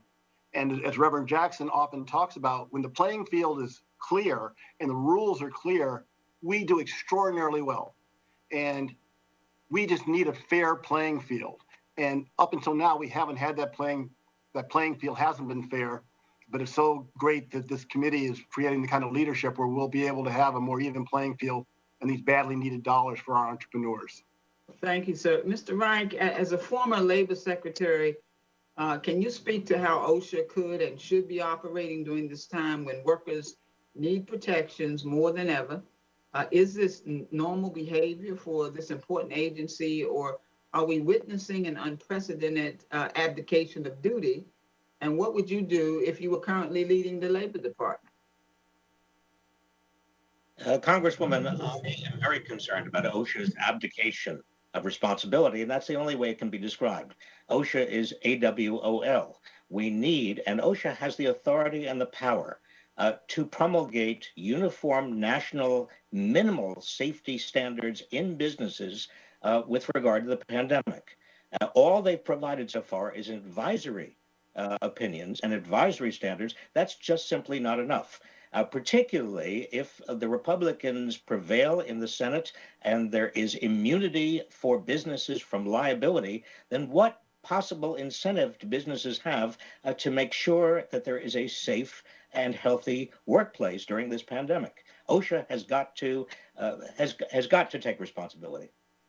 Thank you, sir. Mr. Donovan, as a former secretary, can you speak to the foundational role that housing plays in healthcare? How can ensuring housing stability help the federal government to be more successful in addressing the COVID-19 pandemic and reducing transmission of the virus? Congresswoman, it's an excellent point that I think we often don't pay enough attention to. Even before this crisis, it's very clear that housing is a very important foundation for good health. We often see, whether it's conditions like asthma or others that so disproportionately affect communities of color and low-income neighborhoods, that it's critically important to ensure decent, safe housing. This is compounded by COVID, where issues around overcrowding, issues around housing that produces lung conditions that exacerbate both the likelihood and the impact of the disease have contributed to outbreaks and have been even more serious problems. I would also point out it's a serious problem for those that become homeless. We've seen outbreaks in shelters. And in fact, ironically, the federal government is, through FEMA, paying for hotel rooms for homeless families across the country. So it would be extremely short-sighted to end the moratorium on closures and evictions and not put money into rental assistance. And in fact, the government will ultimately have to pick up those costs in the long run and increase the health risks to the broader population. Thank you very much, Madam Chair. I'm out of time. I yield back. Thank you very much. The gentleman from Indiana, Mr. Hollingsworth, is recognized for 5 minutes. Well, thank you very much, and thank you for holding this hearing. Dr. Davis, my questions are directed at you. I've read much of your research over the last week or so, and to say I'm a fan is an understatement. Much of your research into the labor market has genuinely impressed me. I wanted to ask one question first before I delve into some of your more specific research into labor market fluidity. You mentioned in one of your papers a few years ago about the difficulties that we have in estimating the Phillips curve and thus the inflationary forces associated with a particular U relative to U star. I wondered if you might spend 30 seconds just talking about what some of the challenges are associated with trying to estimate the Phillips curve. Sure, that's a big question that occupies much of the profession. I think it's fair to look the standard view of the economy, which you heard from Professor Reich earlier, is that when there's lots of slack in the economy, inflationary pressures are reduced. So that the difficulty is that nobody quite knows with any confidence how much slack it takes or how much tightness it takes before inflationary pressures emerge. So even though we think, and I agree with this assessment, that there is a relationship between slack in the economy and inflationary pressures, we really don't know with any degree of confidence when those inflationary pressures will actually kick in. Yeah, and that was certainly a big challenge over the last few years as we saw very, very low unemployment, but also very, very benign inflation. Certainly something the Fed and I sent a lot of letters back and forth, and certainly something we discussed a lot in person as well, some of those challenges in understanding where we are in current unemployment versus U-star and where we might begin to see some of those inflationary pressures kick in. So certainly appreciate that. I also wanted to turn to something I hear from Hoosiers all the time when I am home, and that is that they feel stuck. Some of them feel like they are stuck without a job. Some of them feel like they're stuck in a job, but the inability to switch jobs readily or alternatively, the inability to improve their wages or skill sets. Some feel like they are stuck in a low job with few advancement prospects or unable to move to a place where there might be more prospects for advancement. They certainly call this feeling stuck when I'm doing town halls back home, but I think you refer to this in many of your papers as a reduced labor market fluidity. In your recent paper, Labor Market Fluidity and Economic Performance, you delve into this topic. Could you just define really quickly what labor market fluidity is for us? And please bear in mind that your erudition on the matter is far greater than mine, so as plainly as possible. Sure, thanks for that. It just refers to the idea that whether people can easily move between jobs, between employers, between locations, across cities and across country, all of those measures have trended downward in recent decades in the United States. Yeah. We think of ourselves as a flexible economy, but we've moved a lot in the direction of European labor markets. Correct. Compared to where we were in the 1960s. Certainly something that your research buttresses, but many others as well. There are many ill effects that you mentioned with regard to this. One of those is the reduction in human capital / skill accumulation because younger workers or marginally attached workers seem to have a reduced amount of job opportunities coming their way. Can you briefly describe what you mean by this and how that might impact those younger workers as they grow older? Sure. Historically, the way less educated workers built their career is they started in an entry-level job, and many of them moved around across a few jobs before they really got their career path untracked. That has become much harder in the United States for a wide variety of reasons, and it is, in my view, a factor that contributes to slow wage growth at the lower end of the education distribution in the United States. Right. In addition to that, I think that we've seen an increasing pace of technology, so skill sets have to be upgraded more quickly, but in a reduced labor market fluidity, people might be subjected to longer spells of joblessness, which might decay the human capital that they had already accumulated. I wondered if you might touch on that for a brief second. Yes, I agree with that. And you know, many of us learn in school. But many of us don't like school, and we don't find it a very conducive learning environment. So many people learn on the job, and if they're not getting job opportunities, they're not learning, they're not advancing, they're not improving their human capital, and their capacity to earn a better living. If I read your papers correctly, one of the things that you cite is a profound reduction in labor market inflows, people coming into the labor market, either because of geographic restrictions, land use restrictions, or reluctance of employers to try out marginal employees because of increasing costs of termination. I wondered if you might touch on that, how increasing costs of termination of employees might lead to fewer people coming into the labor market. Sure. Some workers are risks to hire. Employers know that. And they look at this person who's applying for a job and they say, do I think this person will work out? If there are costs to terminating the person, the employers will be more cautious. Hurting the most vulnerable the most. With that, I'll yield back. Give them a Thank you. The gentleman from Illinois, Mr. Garcia, is recognized for 5 minutes. Thank you, Madam President, for holding this very important hearing on this subject matter. When the CARES Act was signed into law about 4 months ago, my constituents had a lot of anxieties and questions. I represent a working class district with several immigrant communities, and most of my constituents rent their homes. The CARES Act left a lot of people in my district out, especially the immigrant community, and it was a first step in providing temporary relief, and it left out a lot of U.S. citizen-born children. But the need for additional legislation could not be more urgent. The CARES Act eviction moratorium expires on Saturday. Expanded unemployment insurance next week, and state and local governments have already begun layoffs. The House passed the HEROES Act to address these issues and prevent a full economic collapse in districts like mine. But now that the stock market is doing well, the Senate Republicans seem to have lost interest in helping ordinary people. My constituents' anxiety is turning into dread. Will they lose their house? Can they get health insurance? Will jobs come back to our community? Professor Reich, instead of legislating based on what our communities need, like the HEROES Act, as President Trump and Senate Republicans are focused on a much smaller but filled with corporate giveaway pieces. Is the Senate risking our recovery by taking that approach?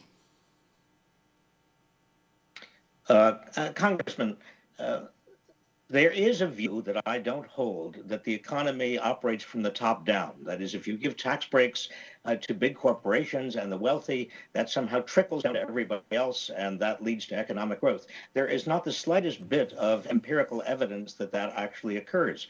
In fact, if anything, the economy or any economy operates from the bottom up. If you provide extra benefits, higher wages, a higher minimum wage to people, they have enough money to turn around and buy, and the multiplier effect in a local economy can be quite considerable. Now, right now, we are faced with the double-barreled problems of a gigantic pandemic and a deep economic crisis.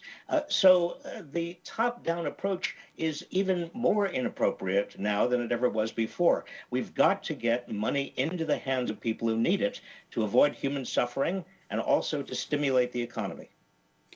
Thank you. Secretary Donovan, you served as HUD Secretary during the great financial crisis when so many people lost their homes.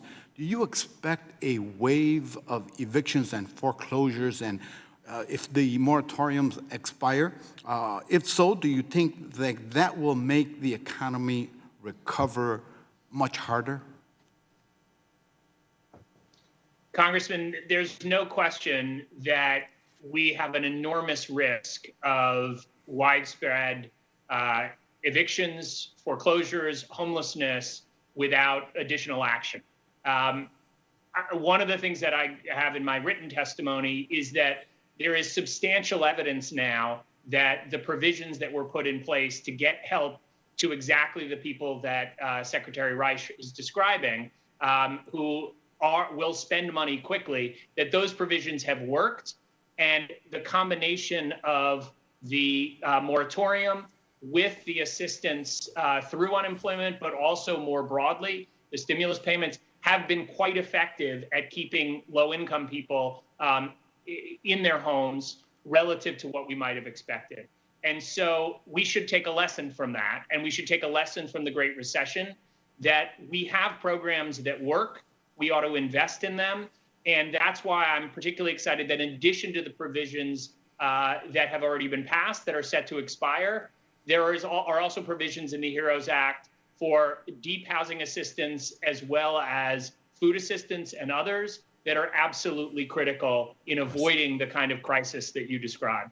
Thank you. And finally, Mr. Rogers from Chicago, would you just quickly summarize the three most important things that the Payroll Protection Program has to do in light of the fact that it didn't go to some of the neediest communities, especially small businesses of color?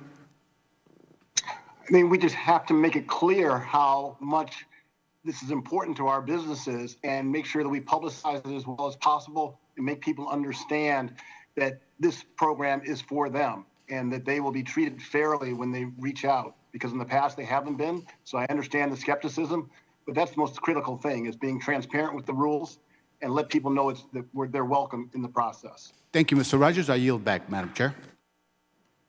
Thank you. Mr. Gonzalez from Ohio, you're recognized for 5 minutes. Thank you, Madam Chair, and thank you to our witnesses and the panel today for this discussion. Dr. Davis, I'm going to spend the bulk of my time on questions for you. In your testimony, you noted that many of the jobs that we've lost throughout this pandemic are likely to be permanently lost, and that our spending patterns have shifted substantially over the course of the pandemic. I agree with both of those comments. I think that's right. One of the issues that I have frankly, with all the measures that we're debating right now is that they sort of assume a return to normal or a fixed economy in a sense, and do not take into consideration the dynamics that you've presented, which I agree with.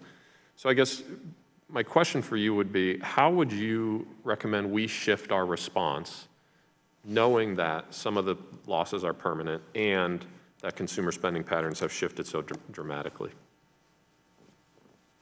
Thank you for that question, Congressman. Yes, I do agree very much. It's one reason why throughout my remarks today, I keep stressing the need to set the conditions, set the stage to create new jobs, because many of the old ones aren't coming back. That is a central point. We're not going to return to the pre-pandemic economy. We need to recognize that and face up to it, and we need to provide opportunities for new jobs for the people who lost them. And how would you go about doing that? One specific on this.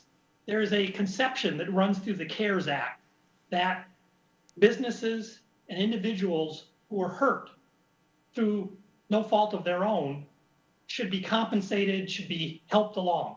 Well, some of that for individuals is certainly appropriate. But just because you were a business that was hurt through no fault of your own, that does not mean you were well situated to prosper in the post-pandemic economy. So we need to avoid the temptation to prop up businesses that don't have good prospects going forward. That is a recipe for stagnation. It will not help create the new jobs that we need for the people who've lost jobs that aren't coming back.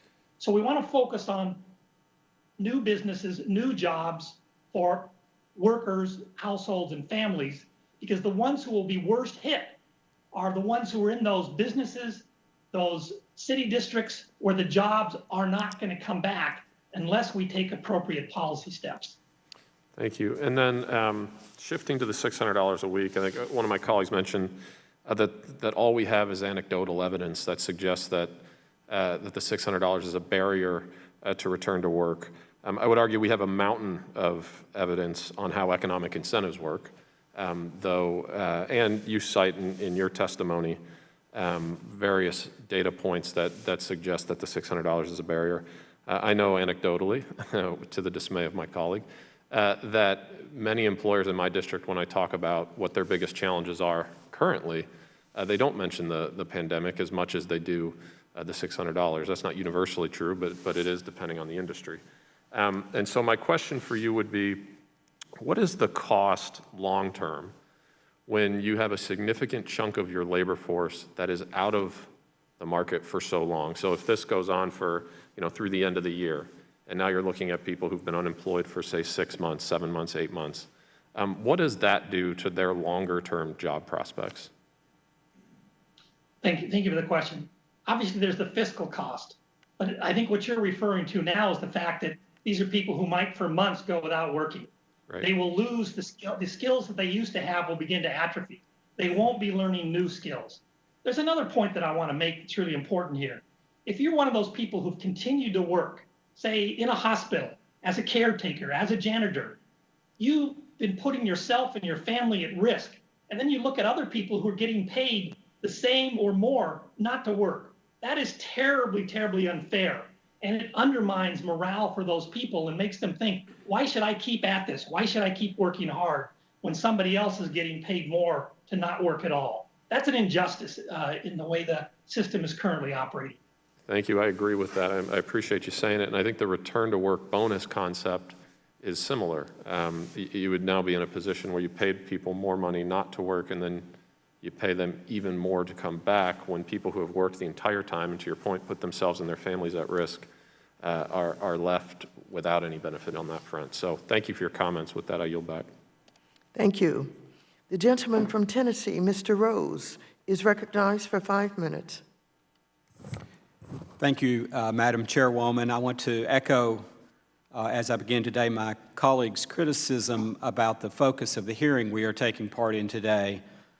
This hearing, in my view, as a first-time elected official, demonstrates what Washington politics at its worst looks like. I believe that we are wasting the committee's time and resources by showcasing a bill that has already passed the House, and frankly, H.R. 6800 was a clear attempt by the Democratic leadership to push as many liberal priorities as possible into a bill and disguise it as COVID-19 relief. The decision to hold this hearing on a bill that has no chance of becoming law is a disappointment to me and to millions of unemployed Americans waiting on Congress to work on bipartisan solutions that will bring them back to work. As I visit with folks back in the 6th District of Tennessee, I continually hear them express frustration with the inability of Congress to get work done. And sadly, I think today demonstrates why that happens. Needless to say, there are many things that we could successfully do on a bipartisan basis, and I would call on our chair and this committee to roll up our sleeves and work on those things where we could agree and we could bring badly needed relief to the Americans who, through no fault of their own, have been adversely impacted by the coronavirus.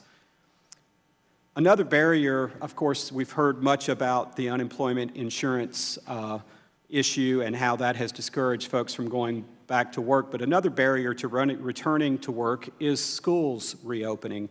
We are the greatest nation in the world, and to keep it that way, our children must have access to the quality education they deserve and for which we pay. Dr. Davis, what is the effect, in your opinion, of keeping schools closed on the economy and its long-term prospects? Well, it's devastating in multiple respects. First, there are the caretakers of children who can't go to work because the kids aren't in school. That's point one. Second, there are the kids who aren't learning in school, and that's going to affect them for the rest of their lives. These negative effects are concentrated among lower income households and lower income communities. Richer households can figure out ways to make sure their kid gets educated anyway. They can hire a nanny to look after the kids so they can go to work. This is really a devastating consequence. We need to get the schools functioning again. Of course, we have to do it in a safe way. If that means spreading out the school day over more hours during the day so that we can maintain social distancing, or running the school year longer, let's do that. But by all means, let's get our schools operating again in a safe way so that the children will be able to prepare for their future and their parents will be able to work if they need to now. Thank you, Dr. Davis. Small businesses make up 99% of American enterprises and employ about half of the American workforce. As you noted in your testimony, Dr. Davis, according to U.S. Census Bureau statistics, business formations continue, specifically applications for new businesses. that have a high propensity of turning into businesses with payrolls. Building off the question that my friend Alex Mooney asked, Representative Mooney asked earlier, do you attribute this increase in business formation to entrepreneurs recognizing opportunities arising from the new demands brought on by the pandemic? I do, in part. As I've tried to stress throughout my testimony, there's both good and bad consequences of the pandemic. We've mostly experienced the bad consequences so far, but we want to try to position ourselves so that we can take advantage of whatever new opportunities there are. And there are many, and there are business people and workers who would like to pursue those opportunities. We should make that possible. Back home in Middle Tennessee, folks are ready to get back to work, and I'm hearing from small businesses across the 6th District of Tennessee how harmful the large unemployment payments have been. As already discussed, the Partisan Heroes Act would only further incentivize workers to stay home. This bill would also provide another round of direct payment to individuals even after we saw billions of dollars lost to fraud and payments to the deceased. Moving forward, if we are to provide additional direct assistance, an easy solution, in my view, would be to put more money in the pockets of hardworking Americans. That could be done through a payroll tax cut. Dr. Davis, do you support Congress exploring a payroll tax cut for future direct relief instead of provisions such as those included in the HEROES Act? I do think it's something worth exploring, but I also think we need to recognize that not everyone who is in need of some assistance is working. Thank you. I'm sorry, my time has expired. I appreciate it. I yield back, Chairman. Thank you. The gentleman from Wisconsin, Mr. Stile, is recognized for 5 minutes. Thank you very much, Madam Chairwoman. I appreciate us being here. The coronavirus pandemic has punched us in the face. It's attacked our health, and it's attacked our economy and our jobs. Businesses have been forced to lay people off. Schools have been closed. And at times, I've seen the best of Congress. I've seen us come together, Democrats and Republicans, the Trump administration, to provide for the CARES Act, to provide needed relief to those who were in pain through no fault of their own. In fact, I got in my car in Janesville, Wisconsin, loaded up with peanut butter and jelly sandwiches, and drove here to Washington, D.C. to get that bill across the line. Now's the time to focus in on targeted relief. Relief to those people who are still in pain due to the result of the coronavirus pandemic. But that's not what we're doing here today. Today, I'm seeing what's the worst of Congress, which is partisan politics that's not addressing solutions and isn't getting the job done. We should be talking about economic recovery. We should be talking about how we safely reopen schools. We should not be wasting our time talking about a bill that will never become law. We're here today to discuss a partisan bill that already passed the House and will never go anywhere in the Senate. Members of this committee have called it, quote, Washington gamesmanship. They've called it party politics. It was described as a waste of time. And those are the Democrats on this committee. Those are the Democrats on this committee saying those words. The American people need us to target relief, but my colleagues want us to revisit ideas and bail out states across this country, like Illinois, that were in terrible fiscal shape before the pandemic even hit. This terrible bill provides $1 trillion for states and local governments, the recipients of which will be able to spend pretty much on whatever they want, included their bloated state budgets. That means supporters of this bill are asking hardworking taxpayers, folks in the state of Wisconsin, to pay for decades of mismanagement in states like Illinois. I'm not going to let it happen. No Wisconsinite should pay for the horrendous spending decisions made by other states, in particular the state to our south. Before the pandemic, Illinois had the worst bond rating of any state, just one notch above junk status. The state hasn't had a balanced budget since 2001. So I'm shocked that states like Illinois would like to be bailed out for their horrendous spending decisions before the pandemic even began. This bill spends taxpayers' hard-earned money on left-wing wish lists that seem to have no connection to the coronavirus. Here's the bill, 1,800 pages. We can go in. Let's dive into the bill and see what we find. You can get in there, page 1,679. Environmental justice grant programs. Are you kidding me? I support environmental conservation, but why are we discussing environmental justice grants when American workers need jobs so they can feed their families? And we're having this discussion here in the House Financial Services Committee. This is a terrible bill, a $3.4 trillion liberal wish list that's already passed the Democratic-led House. It requires folks in Wisconsin to bail out states like Illinois. It has spent billions and billions of dollars on members' pet projects, and it would harm our economic recovery. We should not be using this committee's precious and limited time to relitigate a bill that's going nowhere. This committee should focus on how we help people who have been negatively impacted by the coronavirus. We should be working on solutions, working to come together, having the best of Congress where we address problems and reach solutions. I think we need to stop the partisan messaging and politics that we see far too often in the House of Representatives and get to work. I yield back. Gentleman from Tennessee seeks recognition. Madam Chair, I ask unanimous consent to insert into the record 2 letters. The first is a July 21st, 2020 letter from the Association of Credit and Collection Professionals expressing concerns with several sections of H.R. 6800. The second is a July 22nd, 2020 letter from a coalition of national associations that represent for-profit and nonprofit owners, developers, managers, housing cooperatives, and housing agencies involved in providing affordable rental housing to millions of American families, expressing opinions on several sections of 6800. Without objection, such is the order. Without objection, the following statements will be included in the hearing's record. A statement from the Governor of California, Gavin Newsom, a statement from the National Association of Federal Credit Unions, a statement from Professor Melva Thompson Robinson, the Executive Director of the Center for Health Disparities Research at the University of Nevada, Las Vegas.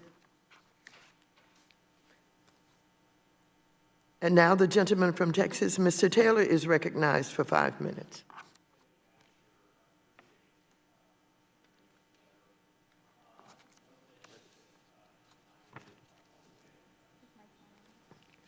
Will the gentleman turn his microphone on? Thank you, Madam Chair. Thank you. Appreciate that. Great. Thank you. Appreciate you bringing us together. I think one thing that I have noticed that has brought Republicans and Democrats together in this hearing is the need to take care of businesses, because businesses employ people, and making sure that we have jobs for people to go back to is something that is deeply important, I think, to all of us. Something that I am particularly concerned about are the businesses that have to pay debt instruments, that have to pay a mortgage every month.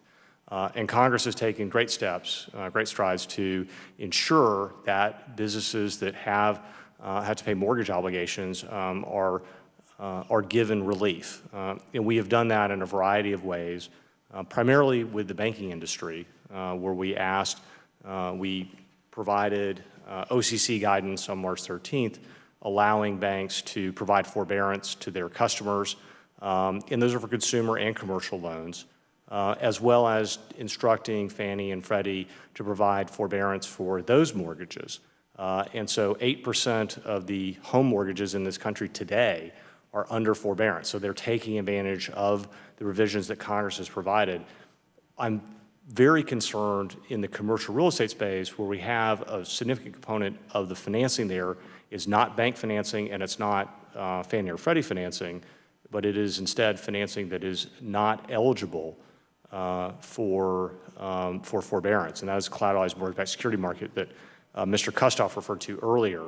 And I just wanted to talk about, if we did have a wave of foreclosures, which is what it looks like it's going to be. So for instance, we're looking at about 20% delinquency in the CMBS space for hospitality, particularly concerned some cities, for instance, the city of LA is at 24% delinquency. The city of Houston is at 64% delinquency in hospitality.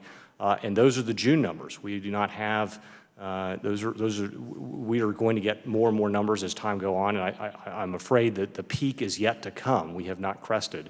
And so I wanted to just reach out to Professor Davis and just talk about what does it mean if we allow for a wave of foreclosures to go through, and what does that do to market values? What would it do to market values? Professor? Well, I think the implication is pretty clear. Market values of both outstanding mortgage loans, but also real estate itself will fall. And just so we're clear, in the hospitality space, there were 8 million Americans who worked in hospitality before COVID. And the first 6 million, of the first 24 million Americans who lost their jobs, 6 million were in the hospitality space.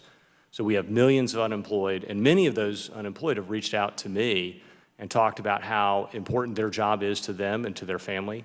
And so I think it is extremely important that we work, and I'm very proud that members of this committee came together on a bipartisan basis, submitted a letter to Secretary Mnuchin and to Chairman Powell, asking them to look at ways to address this. I'm looking forward to filing legislation that will continue to address this and try to come out with a way to save those jobs and ensure that Americans continue to be employed. Professor Davis, do you want to speak to that? Sure. I fully understand the impulse to save the jobs. But as you pointed out, the hospitality sector was one of the most adversely affected by the crisis. The decline in business travel is particularly relevant here. Even after the pandemic is over, it's likely that business travel will remain down for some period of time. So I think it's just, it's chasing a pipe dream to think that we're going to save all of the jobs in the hospitality sector or all of the jobs in the airline industry. If we do that, we try to do that indefinitely, it will be very, very expensive for the taxpayer, and it will only postpone the inevitable declines in employment in these industries. That is one of the hard truths that I alluded to in my oral testimony.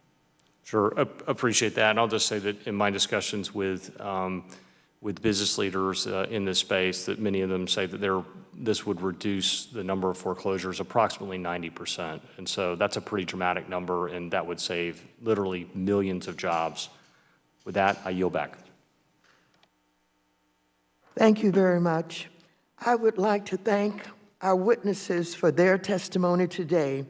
We are very appreciative for the generosity that you have demonstrated by staying with us for over 4.5 hours today.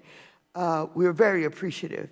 Without objection, all members will have 5 legislative days with which to submit additional written questions for the witnesses to the chair, which will be forwarded to the witnesses for their response.